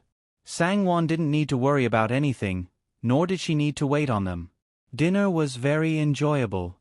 She originally thought that she would be able to relax for a few days. Unexpectedly, she woke up late the next day and slowly got up. Just as she finished her breakfast and was about to go out to play, 2 horses galloped over. The horse rider shouted from afar, "Eldest young master! Eldest young mistress!" Shi Fengju slightly raised his eyebrows and said, "The Jean housekeeper actually came personally. What happened?" The Jean housekeeper was the second in command of the Shi family. For him to come personally, it was obvious that the matter wasn't small. Let's call him in first and hear what he has to say. Sang-won couldn't help but feel a little nervous. Eldest young master, eldest young mistress. The Jean housekeeper flew off his horse and threw the reins behind him. He hurriedly rushed forward and bowed while panting. "Eldest young master, eldest young mistress, this servant has come to bring you good news." The Jean housekeeper laughed while panting. "Good news?" Sang-won and Shi Fengju were both stunned. Sang-won's heart sank. Good news? What good news had happened in the Fu recently? Unless Gu Fengzi was up to something again when they weren't in the Fu. To her, this was a disaster and not a good news. However, it wasn't necessarily the case for the eldest young master beside her. Sang-won couldn't help but turn her head and glance at Shi Fengju. Shi Fengju was also looking at her with an inexplicable look in his eyes. In fact, just like Sang-won, Shi Fengju's heart was beating like a drum. He also thought about Gu Fengzi. As for what his cousin could do, Shi Fengju had no idea. His cousin was no longer the cousin he thought he knew and understood. Enough. Let's take a breather before we speak. Shi Fengju flicked his sleeves in annoyance. He frowned and glared at the Jean housekeeper. Housekeeper Jin's face was beaming with joy. He didn't put the expression of the young master of the family in his eyes at all. He raised his hand to wipe his forehead and said with a smile, "This servant has forgotten myself. This servant has forgotten myself. Eldest young master, eldest young mistress, quickly return to the manor. Second young master has returned from Hangzhou. Second brother-in-law had won first place, Jiuan. This is a joyous occasion." What? Sang-won's eyes lit up. She was stunned and in disbelief. She couldn't help but clench her fists tightly and ask, "Are you talking about my second brother?" He won Jiuan. Second brother is back? That's great. Shi Fengju was also overjoyed. That's right. He's in our manor right now. Eldest young mistress is also very happy. She ordered the old slave to immediately rush over and invite eldest young master and eldest young mistress back. Uncle Chui, Aunt Chui, and the others were also very happy when they heard this. They hurriedly led everyone to kneel and kowtow to congratulate them. Good, good. Sang Wan's face was full of smiles as she hurriedly ordered them to get up. Just as she was about to reward them, she remembered that she hadn't prepared anything. Shi Fengju smiled at Uncle Cui and said, "Everyone in the manor will be rewarded with a month's worth of money. Put it on the account later." Uncle Cui and the others hurriedly smiled and thanked him. Uncle Cui then said, "The old slave will prepare a carriage for eldest young master and eldest young mistress. He won't dare to delay you and eldest young mistress. Second brother passed the exam. He really passed. That's great, that's great." Sang Wan couldn't stop smiling. Her eyes were shining brightly, and she was speaking incoherently. Father was very knowledgeable, but he couldn't pass the exam even after a lifetime. Eldest brother became a county official at a young age, but he didn't have any achievements after that. In order to avoid father's footsteps, he had no choice but to give up. This time, second brother could finally hold his head high for father and eldest brother. "Wan Nyang, come, get in the carriage. Let's go back now." Shi Fengju saw that she was so happy that she almost couldn't bear it anymore, so he held her arm and squeezed it. Sang Wan came back to her senses. She put away the excitement and sadness in her heart and smiled at him gratefully. In less than 2 hours, the carriage returned from the secluded mountain to the Shi family. Sure enough, everyone in the household was happy. When they saw that Sang Wan and Shi Fengju had returned, they hurriedly bowed to greet them. Sang Wan didn't know if it was an illusion, but the way they addressed her as eldest young mistress was more respectful and flattering than usual. The two went back to Ning Garden to change. In Ning Garden, Mama Li and Lu Ye had already gone to Wang's place. Wang, second Lord Shi, second old Mistress Shi, Ran Jixian, and Shi Yumei were all there. They greeted Sang Yufei together, and the whole house was filled with laughter. The two families had become in-laws. The fact that Sang Yufei was diagnosed with the Jiyuan only brought benefits to the Shi family, so they were naturally happy. Moreover, when first old Mistress Shi thought about how Sang Yufei would be able to guide her youngest son who was preparing for the next exam, the smile on her face became even brighter.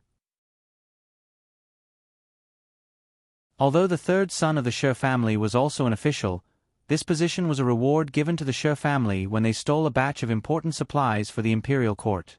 The Shi family was allowed to donate a 7th-ranked county magistrate.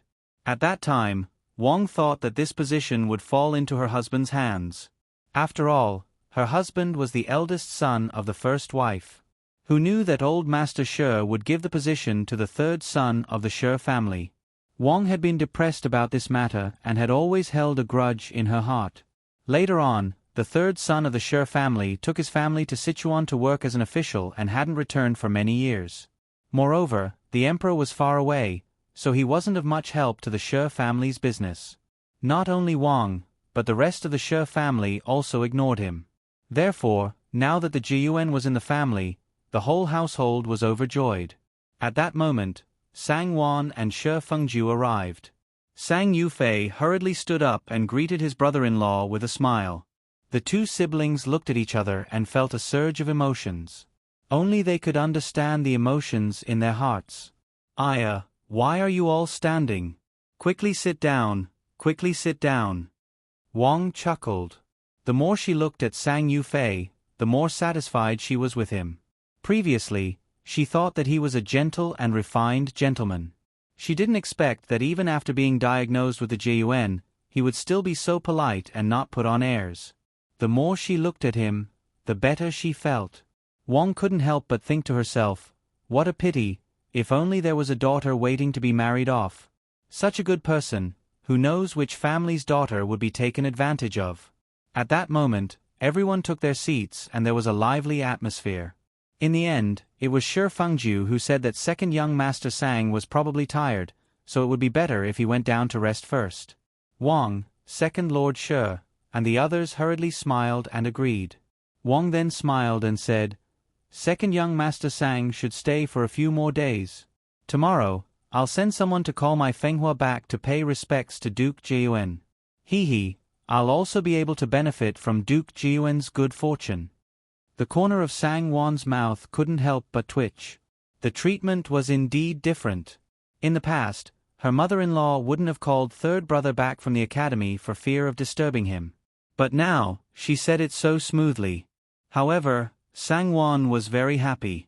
Her mother-in-law thought highly of her second brother. Sang Yufei hurriedly smiled and returned the greeting. I dare not decline Auntie's kindness, but I have to rush back home tomorrow morning to tell my brother and sister-in-law that I can't delay. Next time, I'll come back to pay respects to Auntie and my in-laws. If my in-laws don't mind, I'll tell them everything I know. But Auntie's words make me blush with shame. Duke Jae-won really knows how to talk. His words are so pleasant to the ears. This old woman was muddle-headed. I shouldn't have gone back home to report the good news. Next time, come back to our residence to stay for a few more days. Hee hee. Don't treat me as an outsider. Wang said with a smile. Duke Jae-won, go and rest first. I have good wine at my place. It's mellow and not intoxicating.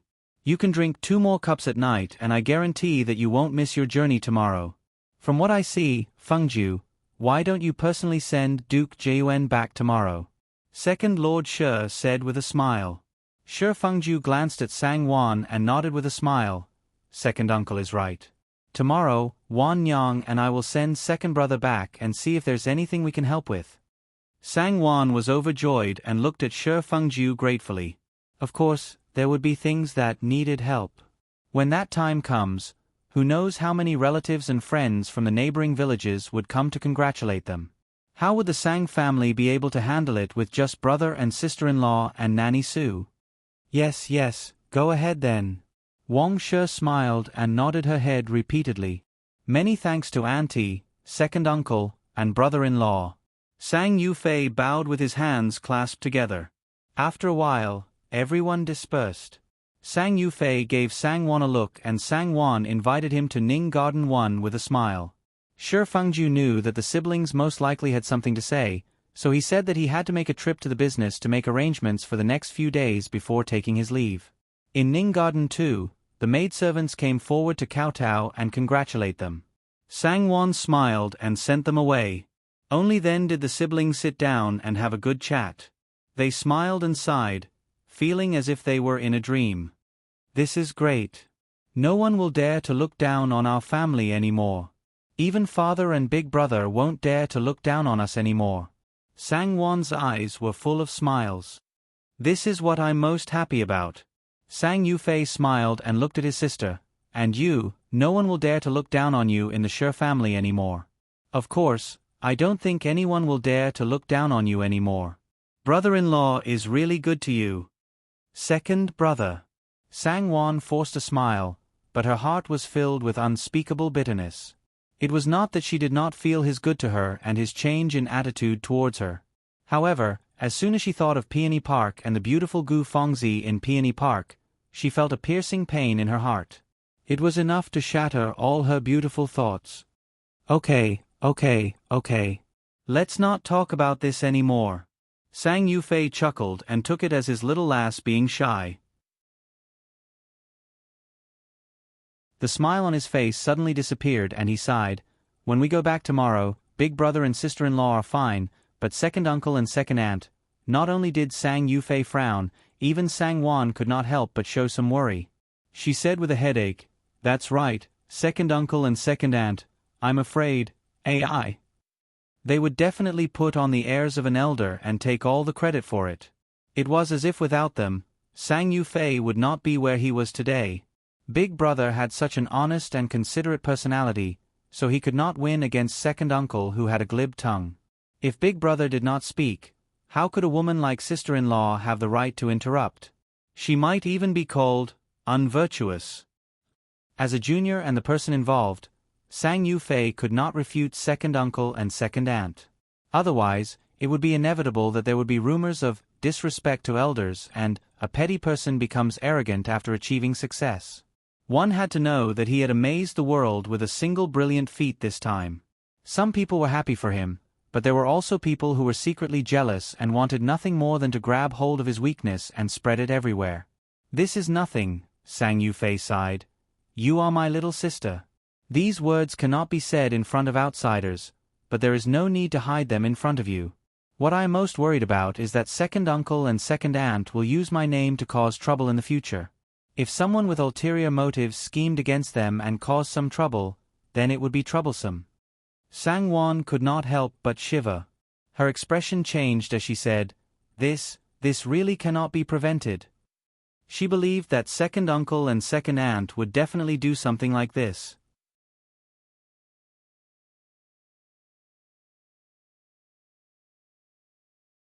Chapter 102.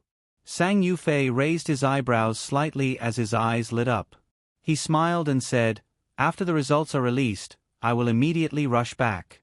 I believe that the earliest the news will reach town is tomorrow, or even the day after tomorrow. Wan Nyang, when we return tomorrow, you two can stay in town for the night. I will go back first. I think that I can make some preparations in advance. Sang-won tilted her head and looked at her second brother. She smiled and said, Second brother wants to set a trap for second uncle and second aunt to fall into? Sang Yufei laughed and shook his head. You can't say that. After all, what second uncle and second aunt will do is their business. As long as second brother knows what to do, it's best if you let big brother and sister-in-law know. If you discuss the pros and cons with big brother, he will definitely cooperate with you. Big brother has always treated us siblings the best. Sang-won said softly with a smile. Her heart was suddenly filled with warmth. That's right. Big brother and sister-in-law are the best people in the world. Sang Yufei couldn't help but sigh. Although sister-in-law had a sharp tongue and would sometimes glare at him when she was angry, she had never treated him unfairly. When the weather turned cold, the first thick clothes and shoes she made were all for him. If there was anything good, she would give it to him first. If it weren't for sister-in-law's virtuous support, how could he have been able to study in peace until now? Sang-won also thought of this point and her eyes couldn't help but moisten. After a moment, she smiled and said, Second brother, you are still the one with the best plans and good luck.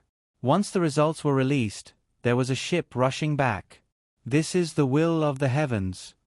It had to be known that the imperial examination was the largest and most important cultural event in the country. It also had an impact on the promotion of local officials. If a few more high scholars passed the imperial examination, it would add a lot of glory to the local officials' achievements. It would show that the county magistrate was good at governing and would promote the development of local culture. Therefore, before the results were released, the local officials would definitely be waiting for the news so that they could report the results to the local officials as soon as possible. The official channels were naturally faster than private ones. Sang Yufei's eyes widened in surprise as he looked at his sister. Sang-won, you don't know? When I was waiting for news after the exam, brother-in-law sent someone to look for me. This time, I was able to rush back so quickly because of brother-in-law's arrangements. Otherwise, why would he come to the Shi family with such fanfare? Even if he wanted to meet his sister, he would have done so in a low-key manner. With the Shi family's strength, it was not a problem for them to get a fast boat. What? Sang-won was stunned. She really didn't know anything. Shi Fengju. Thinking of what he had done, Sang-won felt very grateful and apologetic. Looks like you really don't know. Sang Yufei couldn't help but raise the corner of his lips as he joked. I think brother-in-law wants to give you a surprise. Haha. Second brother. Sang-won's face was a little embarrassed as she glared at him coquettishly. All right, I won't joke with you anymore. You go ahead with your work, I'll take my leave. Sang Yufei saw that she was thin-skinned and quickly smiled. He still had to sort out his thoughts and figure out what to do the next day. Then, second brother, go back to the guest room to rest. Sang-won then ordered Luya to send him out. After Sang Yufei left, Mama Li, Xing Ji, and the other maidservants in Ning Garden happily came forward to kowtow to Sang-won to congratulate her. Sang-won smiled and allowed them to rise, then ordered Xing Ji and Hong Yi to prepare money to reward them. Young mistress, no matter who she is, she won't be able to shake your position. Next year, when you have another young master, the position of the Shi family's young mistress will always be yours. Mama Li smiled at Sang-won. I'm really happy for second brother that he can have today. Sang-won couldn't help but smile. That's right, that's right. Even our Shi family is basking in the glory. Mama Lee smiled and quickly ordered Xing Ji and Hong Yi, prepare as many money pouches as possible for the reward. I'm afraid that there will be people from all over the household coming to congratulate young mistress. Sure enough, not long after, the stewards' wives, the head maidservants, and the stewards' wives all arrived one after another.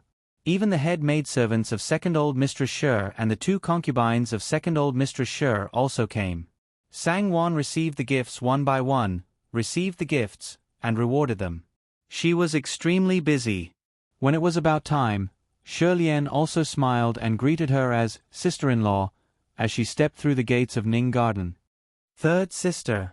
Come in and have a seat. Sang-won welcomed her with a smile. Congratulations, sister-in-law. Shi Lien smiled and went forward to greet her. Thank you, younger sister. Sang-won smiled and personally helped her up. She invited her to sit down and ordered the servants to serve her tea. The 2 of them were closer than the others. Shi Lien sat and chatted with Sang-won for a while before leaving. On this day, everyone in the household was happy except for 2 people, Shi Yumei and Ran Jixien. Shi Yumei felt that her eldest brother was boring. Her husband was also a scholar and his poetry was famous in Mengxian. He was also older than Sang Yufei, but he missed the opportunity to participate in the competition. Seeing Sang Yufei made her feel especially uncomfortable.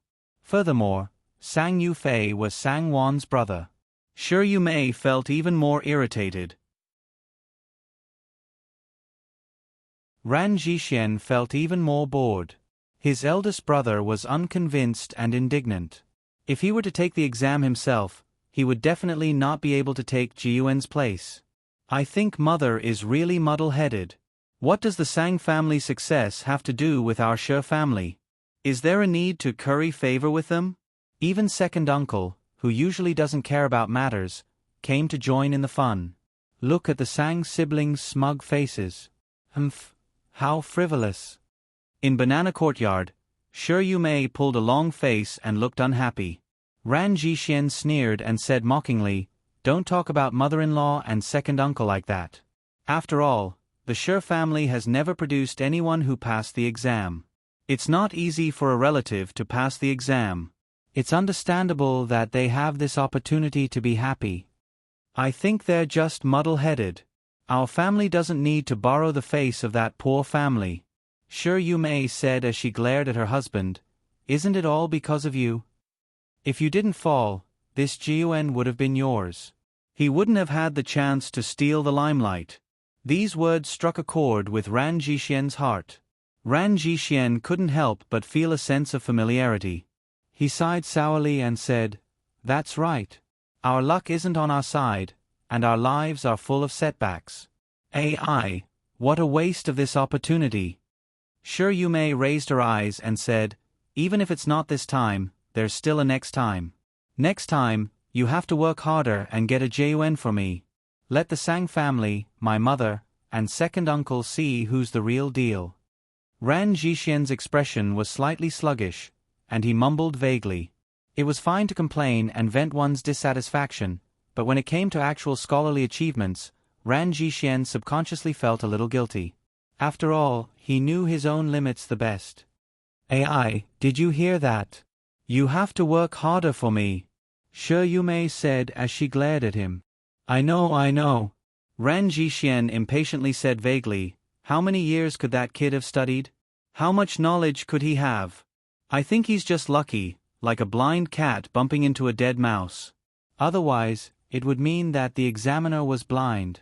How can he compare to me?" Shi Yumei's eyes lit up, and she hurriedly said, "Do you think he could have bribed them?" She then shook her head. "I don't think so. The Sang family doesn't have that much money." Ran Jixian's heart skipped a beat, and he said, "That's hard to say. The Sang family doesn't have money, does your Shi family? The young mistress of the Shi family is his biological sister." "That's true." Shi Yumei nodded, and in her heart, she despised Sang Yufei even more. At the same time, she hated his good luck. The two of them were certain of their guess. Although they wouldn't go as far as to report this to the authorities, they both secretly thought to themselves, if he can bribe, why can't we? Since the Sher family doesn't lack money, it's better for us to benefit ourselves than outsiders. During the banquet, other than the unmarried ladies, everyone ate together at Wang's place. The dishes were sumptuous, and the wine added to the atmosphere. Second Lord Sher's two concubines, concubine Shu-A and concubine Fong, also came. They smiled and said that they wanted to see how Jiyuan looked like, so they couldn't help but praise her.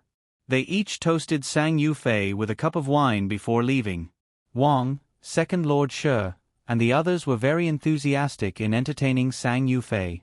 Even Sang Wan was basking in the limelight. This made Shi Yumei and Ran Jixian even more unhappy, and the forced smiles on their faces almost disappeared. Other than his sister and brother-in-law, the people at the table were all considered elders. Sang Yufei didn't dare to be arrogant and toasted each and every one of them. When it was Ran Jixian's turn, Ran Jixian raised his cup and drank it with Sang Yufei. He patted him on the shoulder and consoled, "Young man, you must guard against arrogance and rashness, and continue to work hard. The provincial examination isn't much, and a lot of it depends on luck. The metropolitan examination is the real test of true ability." Many people who obtained good rankings in the provincial examination fell off the list during the metropolitan examination. No matter how Sang Yufei heard it, he felt uncomfortable. However, he did not like to argue with others, especially those who had nothing to do with him. Without changing his expression, he nodded with a smile. "Brother-in-law is right, Yufei has learned from you. There are as many erudite and multi-talented people in the country as there are hairs on an ox. Compared to the real great scholars, Yufei is just a frog at the bottom of a well." Shi Fenghua was also brought back by his mother. He was only 3 years younger than Sang Yufei, and the two of them were about the same age. What was rare was that their temperaments were similar. After meeting each other before dinner and chatting, they actually had a feeling of mutual appreciation. When Shi Fenghua heard Ran Jixian's calm and sour words, he couldn't help but feel indignant for Sang Yufei. He smiled and said, "Second brother Sang is too modest. You are the Jiyuan of today's imperial examination. Not only did you get a good ranking, you got first place. Our Jiangnan region has always been full of outstanding people and famous scholars, occupying most of the Confucian world. The first place in Jiangnan is basically the first place in the country. Wouldn't it be easy for you to pass the imperial examination? Who knows, you might even be able to pass the imperial examination." When everyone heard this, they all laughed. Second Lord Sher raised his cup and said jokingly that everyone should toast to the future imperial examination. Everyone laughed and raised their cups in agreement. Sang Yufei was very modest, which made Ran Jixian feel even more bored.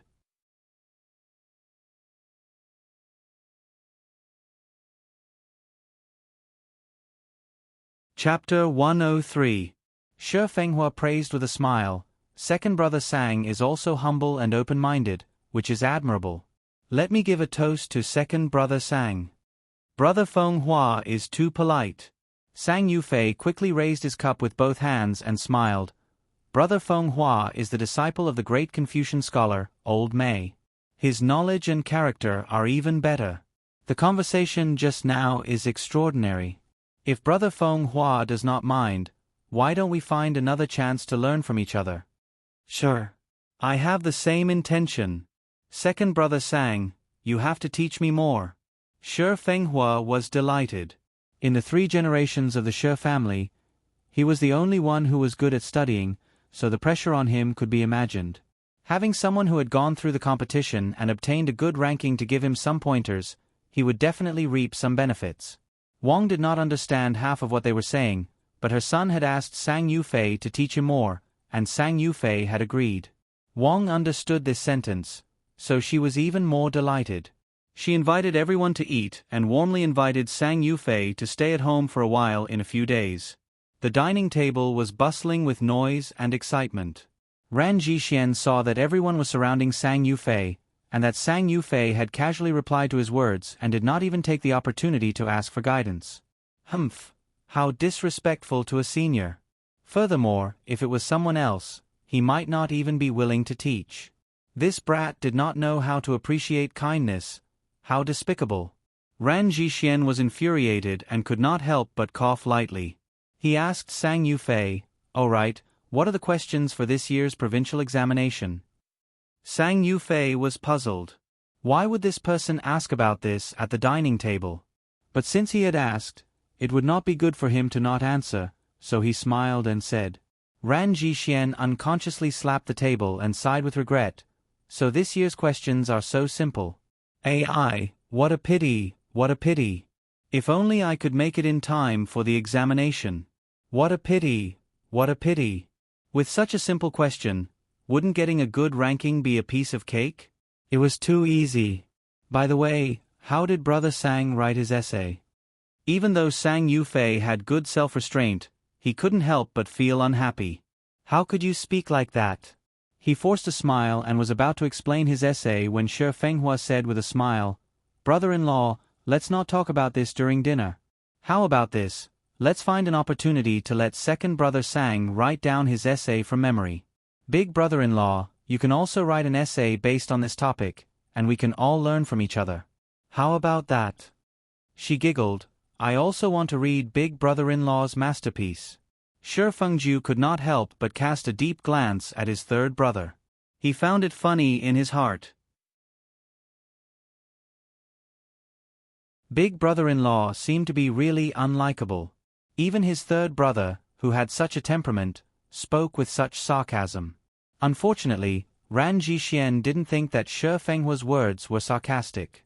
When he heard this, he was secretly happy. He thought that Shi Fenghua was asking him for advice.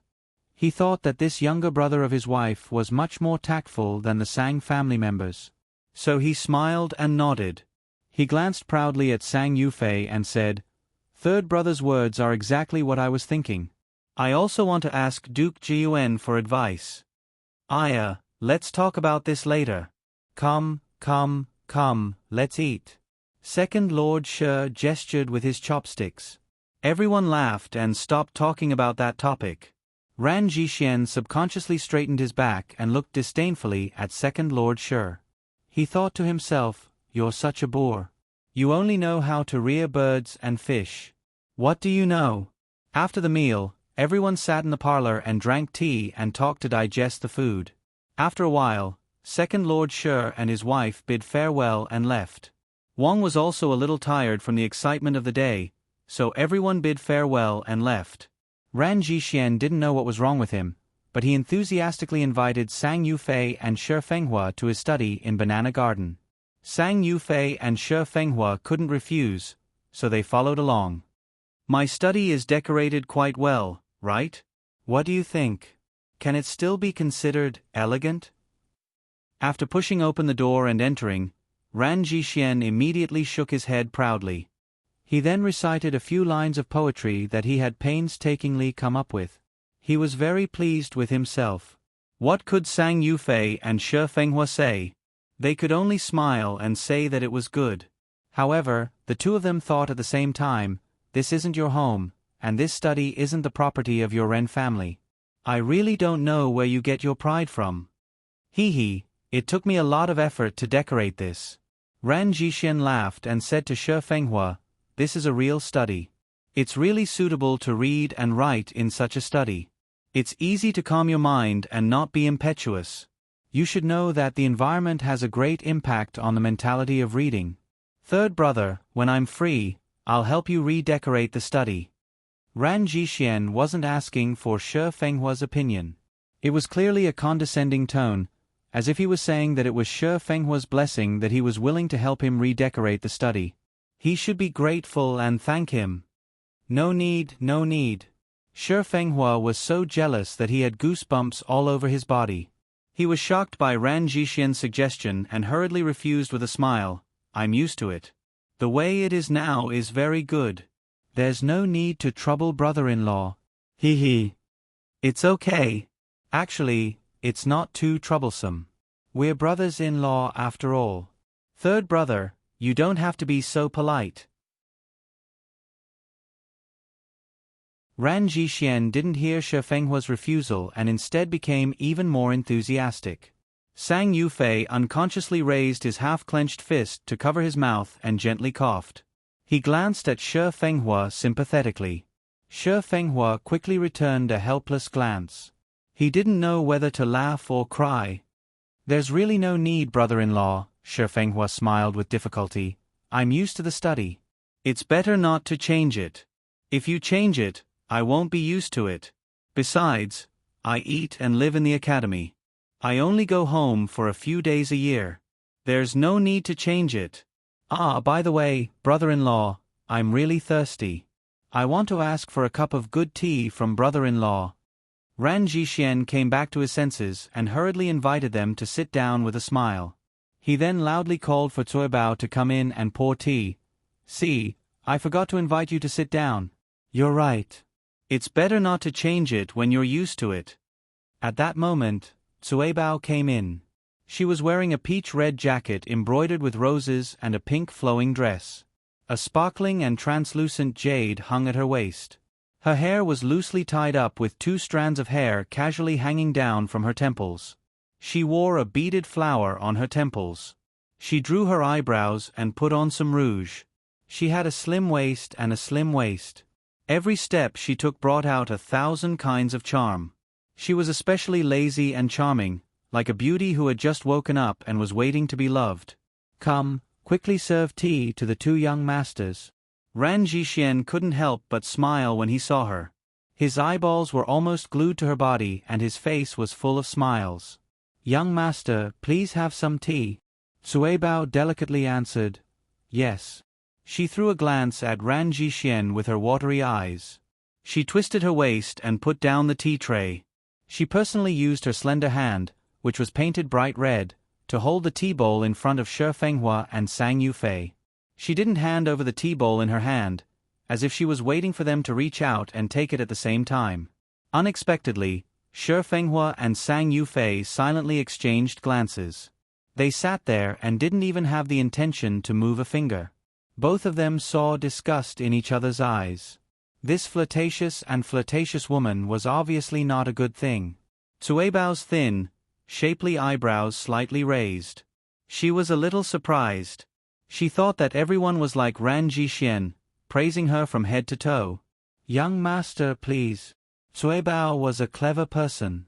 Seeing that neither of them reached out to take the tea, she didn't feel embarrassed. She looked around and saw that Shi Fenghua's clothes were obviously better than Sang Yufei's, so she handed the tea to him first. Put it here. Shi Fenghua pointed at the tea table beside him. He didn't even look at her. Cui Bao had never been treated like this before. She couldn't help but gently bite her moist red lips. She glanced at Ran Jixian with a wronged expression. Ran Jixian was also a little unhappy. Cui Bao was one of his people. If you don't give me face in front of me, isn't it obvious that you're slapping my face? He laughed dryly and said to Cui Bao, this is the Shi family's 3rd young master. If he tells you to put it there, then just put it there. You're so blind. Hearing that this handsome man was the Shi family's 3rd young master, Cui Bao's eyes couldn't help but light up. That little bit of grievance immediately disappeared. Her powdered face revealed a shy smile. She sweetly said, yes, and gently put down the teacup. The Shi family's 3rd young master She didn't expect him to be so elegant and handsome. He was truly a dragon among men. Compared to Ran Jixian, it was like comparing a flower to a tree's bark. Cui Bao couldn't help but feel regretful. When the woman broker said that she would bring them to the Shi family, the richest family in Qingzhou, they were all overjoyed. When she was chosen, she was secretly delighted for a while, thinking that she would be able to enjoy wealth in the future. With her looks and means, she believed that she wouldn't be under anyone for long. Who knew that although she was taken in by the new master that night, the new master wasn't a real member of the Shi family. He was just using his wife's face to live under the Shi family's roof. This hit Cui Bao so hard that she wanted to cry, but no tears came out. The Shi family was the family of the main wife. Even if she was favored by the old master, it was useless. The main wife was still the main wife. Otherwise, if she angered the Shi family, she might be sold off the next day. Now that she saw Shi Fenghua, Cui Bao was so depressed that she wanted to vomit blood. She screamed in her heart, why wasn't this third young master the one who bought her? Cui Bao was full of self-pity. When she served Sang Yufei tea, she wasn't as attentive. She lowered her eyes and said, "Young master, please have some tea." Without waiting for Sang Yufei to open his mouth, she took the initiative to place the tea cup on the table beside him. This made Sang Yufei secretly relieved. Ran Jixien couldn't help but be secretly happy when he saw this. He thought to himself, Cui Bao, this lass, is still the most considerate to understand my intentions. Even without me saying anything, she could already feel my master's dislike for this brat from the Sang family. Even when serving tea, he would give him a hard time. Ran Jixien was so happy that his face couldn't help showing it. He smiled at Cui Bao and said, Cui Bao, don't be rude. This young Master Sang is the family's young mistress's brother, the first place in this year's provincial examination, Juan.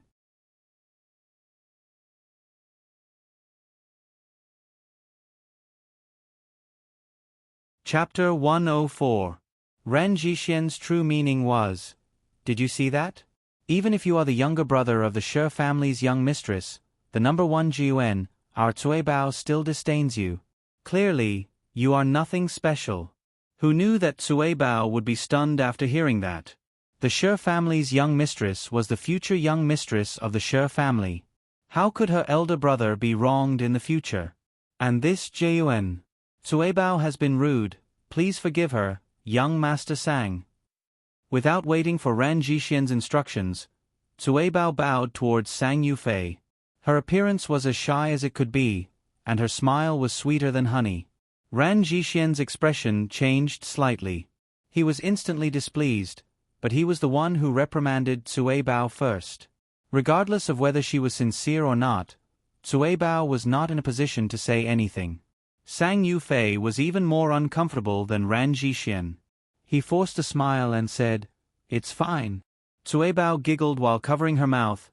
"Jiuan is too polite." This made Sang Yufei feel so disgusted that he almost vomited. Shi Fenghua snickered to himself. "You were the one who made fun of me just now. Looks like retribution is coming. Come, have some tea, please." Ran Jixian coughed and picked up the teacup. However, Shi Fenghua and Sang Yufei had already lost interest in the tea. The two of them picked up the teacup and touched their lips casually as a gesture of goodwill. Ran Jixian did not notice that. After drinking the tea, he became more energetic. Feeling that the atmosphere was good, he began to talk about literature with Shi Fenghua and Sang Yufei. Shi Fenghua and Sang Yufei could only answer him perfunctorily. Cui Bao stood silently behind Ran Jixian. Her pair of lively eyes would occasionally throw flirtatious glances at Shi Fenghua and Sang Yufei. The more she looked at them, the more she liked them. Ran Jixian was nothing compared to them. Ran Jixian saw that Shi Fenghua and Sang Yufei were subservient to him. The three of them talked, but the two of them did not say much. Most of the time, they gave vague excuses such as, "You're right. You're right. That's right," and so on. Basically, he was talking loudly. He could not help but be secretly delighted. In terms of knowledge and talent, these two brats were still too inexperienced. They were far from being comparable to him. His self-esteem was greatly satisfied, and he was immensely pleased with himself. When he looked at Sang Yufei again, he no longer loathed him as much. On the contrary, he even felt some sympathy for him. He thought to himself that Sang Yufei's appearance was barely acceptable, but who would have thought that he was a bookworm who didn't know what it meant to be a scholar? He did not have the slightest bit of elegance in him. Pitiful, truly pitiful. Ran Jixian's heroic spirit soared. He suddenly became generous and smiled at Sang Yufei. "Brother Sang, you can be considered to have one foot in the bureaucracy. I wonder if there are any clever and considerate people by your side to serve you?" Sang Yufei secretly despised him. He smiled faintly and said, My family is poor. My brother and sister-in-law have already spent a lot of money to support my education. How could I have such excessive thoughts? Besides, I have hands and feet. I can do everything myself. Shi Fenghua could not help but feel deep veneration for him. Second brother Sang is noble and virtuous. He is filial and virtuous. He is truly admirable. Ran Jixien disagreed. How can that be? In the past it was fine. But now, you are a dignified Jiuan. If there is no one by your side to serve you, people will laugh at you. Moreover, it will be a disgrace to the educated. As he spoke, he waved his hand and turned to point at Cui Bao with a smile. What do you think of this girl? Sang Yufei was startled. He forced a smile and said, All right. Who would criticize their own concubine? Sang Yufei secretly shook his head. He did not agree with Ran Jixien. Who would have thought that Ran Jixien's next words would give him a big fright? Ran Jixien laughed generously and said, I also think that this girl is not bad. She is the most intelligent and quick-witted. She knows everything about serving in the study. Since Brother Sang has said so, I will give this girl to Brother Sang. From now on, it will be much more fun to study at night with a beautiful girl. Ha ha ha ha. Ran Jixien thought that he was being generous and could not help but laugh proudly. Cui Bao was immediately overjoyed. She shyly glanced at Sang Yufei. Her pink neck drooped, looking very pitiful and cute. Of course, following the top scorer was much better than working for this strange scholar who always seemed to have an incongruous relationship with the top scorer. No need, no need. Sang Yufei felt a wave of nausea just thinking that this girl was Ran Jixien's concubine. How could he accept it? He hurriedly said, How can I take what you like? Please take it back. I do not dare to accept it. Ai, this is nothing. Ran Jixien thought that Sang Yufei was too embarrassed to refuse. He became even more generous and smiled. Scholars give each other beautiful concubines. This has been an elegant thing since ancient times. Brother Sang, why should you refuse? Shi Fenghua could not hold it in anymore. He covered his mouth with his fist and laughed. He mischievously looked at Sang Yufei and smiled until his eyebrows were curved. Sang Yufei did not know whether to laugh or cry. However, he could not just let it go like this. In a moment of desperation, he could not care less. He shook his head and refused. A gentleman does not take what others like. Yufei will not comply. Besides, Yufei will be going to the capital to take the imperial exam soon. He has no time for external affairs. I appreciate your kindness. Yufei appreciates it. Please forgive Yufei for not accepting it. Cui Bao was extremely disappointed. She could not help but feel anxious. She looked pitifully at Sang Yufei and said, Young Master Sang, are you saying this because you dislike Cui Bao? As she said this, she looked at Ran Jixien with an aggrieved expression. Ran Jixien was also complaining that Sang Yufei was not tactful and did not know how to appreciate kindness. He had messed up a beautiful matter. Hearing Cui Bao's words, he became even more unhappy. You dislike my people? Are you complaining that my taste is not good enough? Brother Sang, look at how you have hurt the beauty's heart. We are all cultured people. How can you bear to do this? Ran Jixien smiled faintly. Sang Yufei pretended not to hear him. He looked at Cui Bao and said, Miss, what are you saying? Could it be that you do not wish to stay by my brother-in-law's side to serve him? We can all see how good your brother-in-law is to you. What you said is a bit too heart-wrenching. Cui Bao did not. Cui Bao suddenly became anxious. Her expression changed slightly. Ran Jixien could say the same thing, but she could not even think about it. This was the difference between a master and a servant. When Ran Jixien heard Sang Yufei's words, his expression became uncomfortable. As a man, to be disliked by the beauty by his side was one of the most shameful things. Then, miss, please serve my brother-in-law well. Don't let down brother-in-law's good intentions. Sang Yufei's eyes darkened. Cui Bao's heart became cold. She knew that there was no possibility of leaving Ran Jixian's side. Her beautiful eyes immediately looked at Ran Jixian shyly and affectionately. She lowered her eyes slightly and said softly, "Yes, I will serve my master well." Then she looked at Ran Jixian pitifully and said, "Master, I don't want to leave you. I don't want to leave you. I beg you not to give Cui Bao away." Shi Fenghua laughed and said, "Brother-in-law, the girl has already said so. Brother-in-law is a man with tender feelings for the fairer sex. How can he have the heart to refuse? I think we should just forget about this matter." This. Ran Jixian's unhappiness suddenly dissipated. He was also a little hesitant. Sang Yufei pleaded again.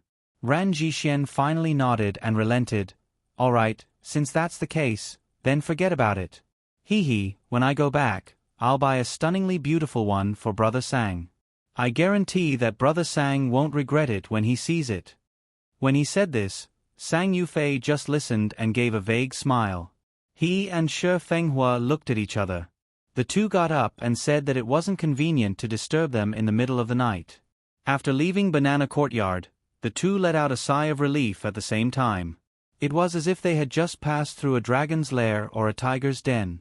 They looked at each other and couldn't help but laugh. As they laughed, Shi Fenghua suddenly felt a little embarrassed. No matter what, Ran Jixian was still his brother-in-law. He coughed and sighed, "I don't know what happened to my brother-in-law. He probably read too much and became pedantic. He wasn't like this before. His knowledge is actually quite good." In the past, Shi Fenghua couldn't help but recall the time when his brother-in-law came to marry his sister and returned home 3 days later. At that time, who didn't praise him for being polite and refined? Who didn't say that his sister was lucky to have married a good husband who was obviously a dragon among men? At that time, he was only 8 years old and had just started learning. She was even more impressed with him. Since when did it change? Now, he was actually a completely different person from before. Sang Yufei also felt that it was a little unkind of him to make fun of him. He hurriedly smiled and nodded in agreement. His speaking style is actually quite good. If he wasn't a truly learned person, he wouldn't be able to say those words. The two chatted for a while. Because Sang Yufei still had to get up early the next day to hurry on with his journey, Shi Fenghua didn't want to disturb him. He smiled and said goodbye to him and went back to rest. Sang Wan and Shi Fengju left Wang's place and returned to Ning Garden.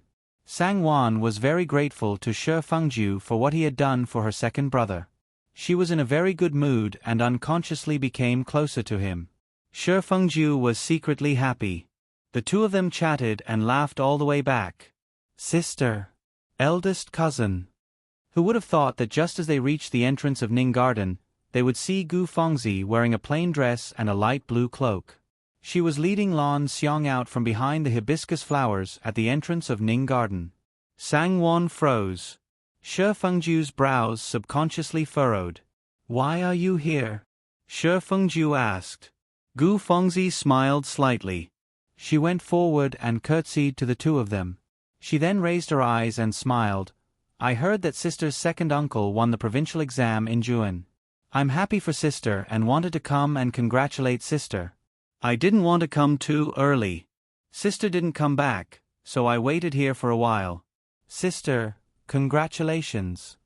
You're very considerate." Sang Wan smiled faintly. She could only invite her in.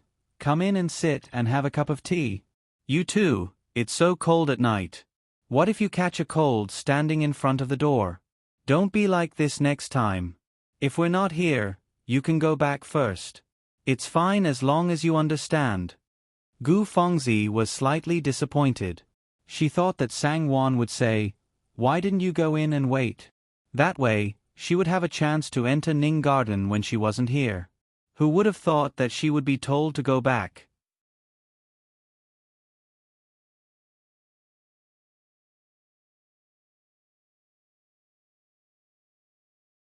Chapter 105. Elder Sister is Right. Fengzi understands and will follow elder sister's teachings. Gu Fengzi replied with a gentle smile. Her previous domineering attitude was nowhere to be seen. I don't dare to teach you a lesson. I was just giving you a few words of advice. If you fall sick, I will also be at fault. Quickly come in. Sangwon smiled and gestured. Thank you, elder sister, for your concern. Gu Fengzi lowered her eyes and smiled. She took 2 steps forward and quietly separated Luya from Sangwon. Then, she personally supported Sangwon's arm and walked in together.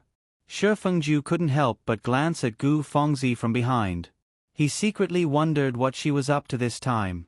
Ever since Gu Fengzi had taken off her clothes and seduced him, Shi Fengju no longer had any feelings for her. Even their familial relationship was almost non-existent. After Sangwon sat down, Gu Fengzi formally bowed and congratulated her. She couldn't help but praise the Sang family and second Uncle Sang. Sangwon could only reward her with an embroidered pouch and smile perfunctorily at her flowery and auspicious words. In her heart, she was even more puzzled than Shi Fengju. Did she eat the wrong medicine? How could the two of them know that Gu Fengzi had purposely done this for Wang, Shi Yumei, and Shi Fengju to see? When she heard the servants say that Sang Yufei had been poisoned by Jiuan, she couldn't believe it. When she came back to her senses, she was so jealous that her heart ached. Sangwon, her biological brother, had actually been poisoned by Jiuan. In this lifetime, she would never be able to compete with her in terms of status. If she were to become a grand scholar next year, she would never be able to make a name for herself. After asking around, Gu Fengzi listened to Lan Xiang talk about the liveliness in the residence today. She was so angry that she gritted her teeth and didn't even eat properly. After she calmed down from her jealousy and anger, she decorated herself and ordered Lan Xiang to keep an eye out. When she found out that Shi Fengju and Sangwon had left the main courtyard, she hurriedly took Lan Xiang and waited at the entrance of Ning Garden. Didn't eldest cousin always ask her to remember her identity? Very good, she would perform well for him. This was the only thing she could do now, and it was also her only bargaining chip. Sister, you're so lucky. Only someone as outstanding as her sister could enjoy such a great fortune. Furthermore, our Shi family has also gained a lot of prestige. Gu Fengzi smiled humbly. Little sister, you're exaggerating. We're all relatives. What do you mean by gaining a lot of prestige? Sangwon smiled. It's getting late. Little sister, you should go back and rest early. Then, little sister will leave first. Gu Fengzi stood up gently. In the future, little sister will come and chat with elder sister when I'm free. Gu Fengzi said as she went to bid farewell to Shi Fengju. After Shi Fengju entered the room, he said that he was a little dizzy after drinking 2 cups of wine, so he went to lie down in the warm room. Eldest young master is resting in the warm room. Old slave thinks that Miss Gu doesn't need to go in to save the trouble. This old servant will report to the eldest young master later. Nanny Li said after hearing this. Gu Fengzi changed her attitude and nodded with a smile. Okay. She then turned to Mama Li and smiled. Then, I'll have to trouble Mama. Elder sister, little sister will take her leave. Elder sister should also rest early. Little sister, have a safe trip. Sangwon smiled. Mama Li was also shocked by Sangwon for a while before regaining her senses. However, she didn't feel that there was anything wrong. She couldn't help but whisper to Sangwon, eldest young mistress, look. In the future, Miss Gu won't be able to be tough in front of you. Eldest young mistress, you can rest easy now. At least she's tactful. Mama. See if the hangover soup is ready. Pour a bowl for eldest young master to drink. It's time to rest. We still have to wake up early tomorrow. Sangwon smiled, but she was even more puzzled. She didn't know what Gu Fengzi was up to. Sangwon didn't believe that Gu Fengzi was someone who knew how to tactfully retreat. Look at how foolish the old slave is. Mama Li couldn't help but laugh. The old slave should personally go to the small kitchen to take a look. All right, pour a bowl for third young master and second young master as well. Mama, do as you see fit. Sangwon nodded with a smile. After letting Shi Fengju drink the soup, the two of them washed up and went to rest. Early the next morning, Shi Fengju, Sang Wan, and Sang Yufei bid farewell to Wang and the others. They brought along Chong Huan and a dozen other servants, as well as 7 to 8 maids, and headed to Willow Town. The carriage traveled briskly without rest and arrived at Willow Town around noon. Sang Wan had already explained everything to Shi Fengju the night before. When they arrived in town, Chong Huan booked the best room in the best inn and a few ordinary rooms for them to rest in. After Shi Fengju and the others had their lunch at the restaurant, Sang Yufei hired a carriage and cupped his hands to bid farewell. He was still wearing a headscarf on his head and a green robe that was neither new nor old. When they heard that their second brother had returned from Hangzhou, Sang Hong and Fang happily came out to greet him. The brothers caught up with each other after they parted ways. Rest well at home for a few days. The news should be back in a few days. Don't worry, it's good that you're back. Even if you don't pass, there's always a next time. You're only 19 this year, still young. Just treat it as practicing and accumulating experience. Sang Hong said with a smile. Yes. It's good that you're back. The most important thing is that you're safe. You'll pass one day. Even if you don't, it's fine if you come back to farm. Fang said with a smile. Hey, how can you say that? Sang Hong was a little protective. In fact, Feng Shi's words were similar to what he had in mind. However, when Feng Shi said it out loud, he felt a little unhappy. Feng didn't back down. She glared back at him and said bluntly, "What's wrong with saying that?" "There's nothing wrong with saying that. Isn't life just like that? You have to eat and wear clothes to get through life. You can't go down the wrong path. Third brother, don't you think so?" Sang Yufei hadn't heard his eldest brother and sister-in-law quarrel for a long time. Now that he heard it, he felt warm and affectionate. He couldn't help but look at his eldest brother and nod with a smile. "Sister-in-law is right, you're right." "That's right." Fong clicked her tongue and said, "Third brother is the only one who understands." Sang Yufei couldn't help but smile. Thinking about it, he felt that he should quickly tell his eldest brother and sister-in-law the good news. They were people who really cared about him. It wouldn't be right to hide it from them. When the words reached his mouth, he felt that they were 1,000 pounds heavy. He cleared his throat and coughed twice. He stood up and bowed deeply to his eldest brother and sister-in-law. "Eldest brother, sister-in-law. This time, this little brother has become a high scholar in the provincial examination. I didn't disgrace eldest brother and sister-in-law's teachings. Thank you, eldest brother and sister-in-law, for taking care of me all these years." Sang Yufei's eyes turned sour as he knelt down. Sang Hong and his wife were stunned as they looked at each other. Seeing Sang Yufei's serious actions, it was obvious that he wasn't faking it. The two's hearts couldn't help but beat wildly. Sang Hong stared and muttered, "Passed? Passed the provincial examination? Really passed?" "Yes, eldest brother. Really passed." Sang Yufei laughed. His eyebrows were raised and his eyes were bright. "Good, good, this is really good.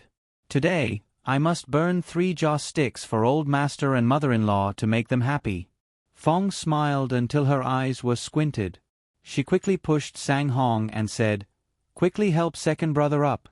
Why are you so silly? Quickly get up, quickly get up. You can't." Sang Hong seemed to have woken up from a dream. He hurriedly got up and helped Sang Yufei up. After passing the provincial examination, there was no need for him to kneel before an official. After passing the provincial examination, he was considered a person with status in the local area. The county magistrate had to greet him with respect. Is this news accurate? Where did you hear it from?" "No, I don't mean anything else. I just feel that. Sang Hong was so happy that he was a little incoherent. Because he cared too much, he didn't dare to believe it. "I saw it with my own eyes, of course it's true. I only came back after the results were released." As Sang Yufei spoke, he recounted how Shi Fengju had already sent people to take care of him. He also told them about how he stayed at the Shi household for a night. Sang Hong and Fong were deeply moved when they heard this. They were even more grateful and full of praise for Shi Fengju. Our Sang family has finally made a name for ourselves. Good, this is great. Second brother, I knew that you wouldn't disappoint us. Sang Hong's eyes were also a little dazed. The smile on his face couldn't be stopped and he kept smiling foolishly. His expression was even happier than if he had passed the examination himself. Eldest brother. This is all thanks to eldest brother and eldest sister-in-law. Sang Yufei smiled gratefully. Eldest brother, did you know? I won the JUN prize. What? Sang Hong and Fong widened their eyes in shock. Their mouths opened slightly as if they were about to spit out their beating hearts. Their breathing suddenly became hurried. JUN. First place. You really won the JUN prize? Sang Hong stared at Sang Yufei and asked nervously. He couldn't help but press his hand to his chest. Heavens, this is too exciting, really too exciting. If this news was true, he wouldn't be able to take it. However, if his younger brother said that this was just a joke, he wouldn't be able to take it either. It's true. How could I joke about such a big thing? Sang Yufei smiled and glanced at his brother. He couldn't help but step forward and gently shake his brother's arm. Eldest brother, calm down. Actually, it's just that. Nonsense. Sang Hong grinned and laughed. However, because of his words, he finally regained some clarity. He patted his brother's arm and smiled. Fei, you're really good. Our Father's spirit in heaven can finally rest in peace. That's right. You can be considered to have fiercely fought for our family. I'll see who dares to laugh at us in the future. Fong proudly heaved a sigh of relief. In a scholarly family, her father had only been a scholar his entire life. Her brother had already become a scholar more than 10 years ago and had no further progress. With Sang Yufei participating in this provincial examination, who knows how many people were waiting to watch the show. This is great. Aya, this is bad. Fong suddenly slapped her thigh and exclaimed. What are you saying, you? Sang Hong stared at Fong with dissatisfaction. Fong unceremoniously stared back at him and said to Sang Yufei, second uncle, second aunt. Oh, right. Sang Hong said as he was about to get up. He happily smiled and said, I'll go tell second uncle and second aunt and let them be happy, hee. Stop right there. Eldest brother, wait. Fong and Sang Yufei held onto Sang Hong at the same time. You're tuning in to the Narrate and Escape YouTube channel. Don't forget to subscribe and join us on this journey to catch the most captivating stories.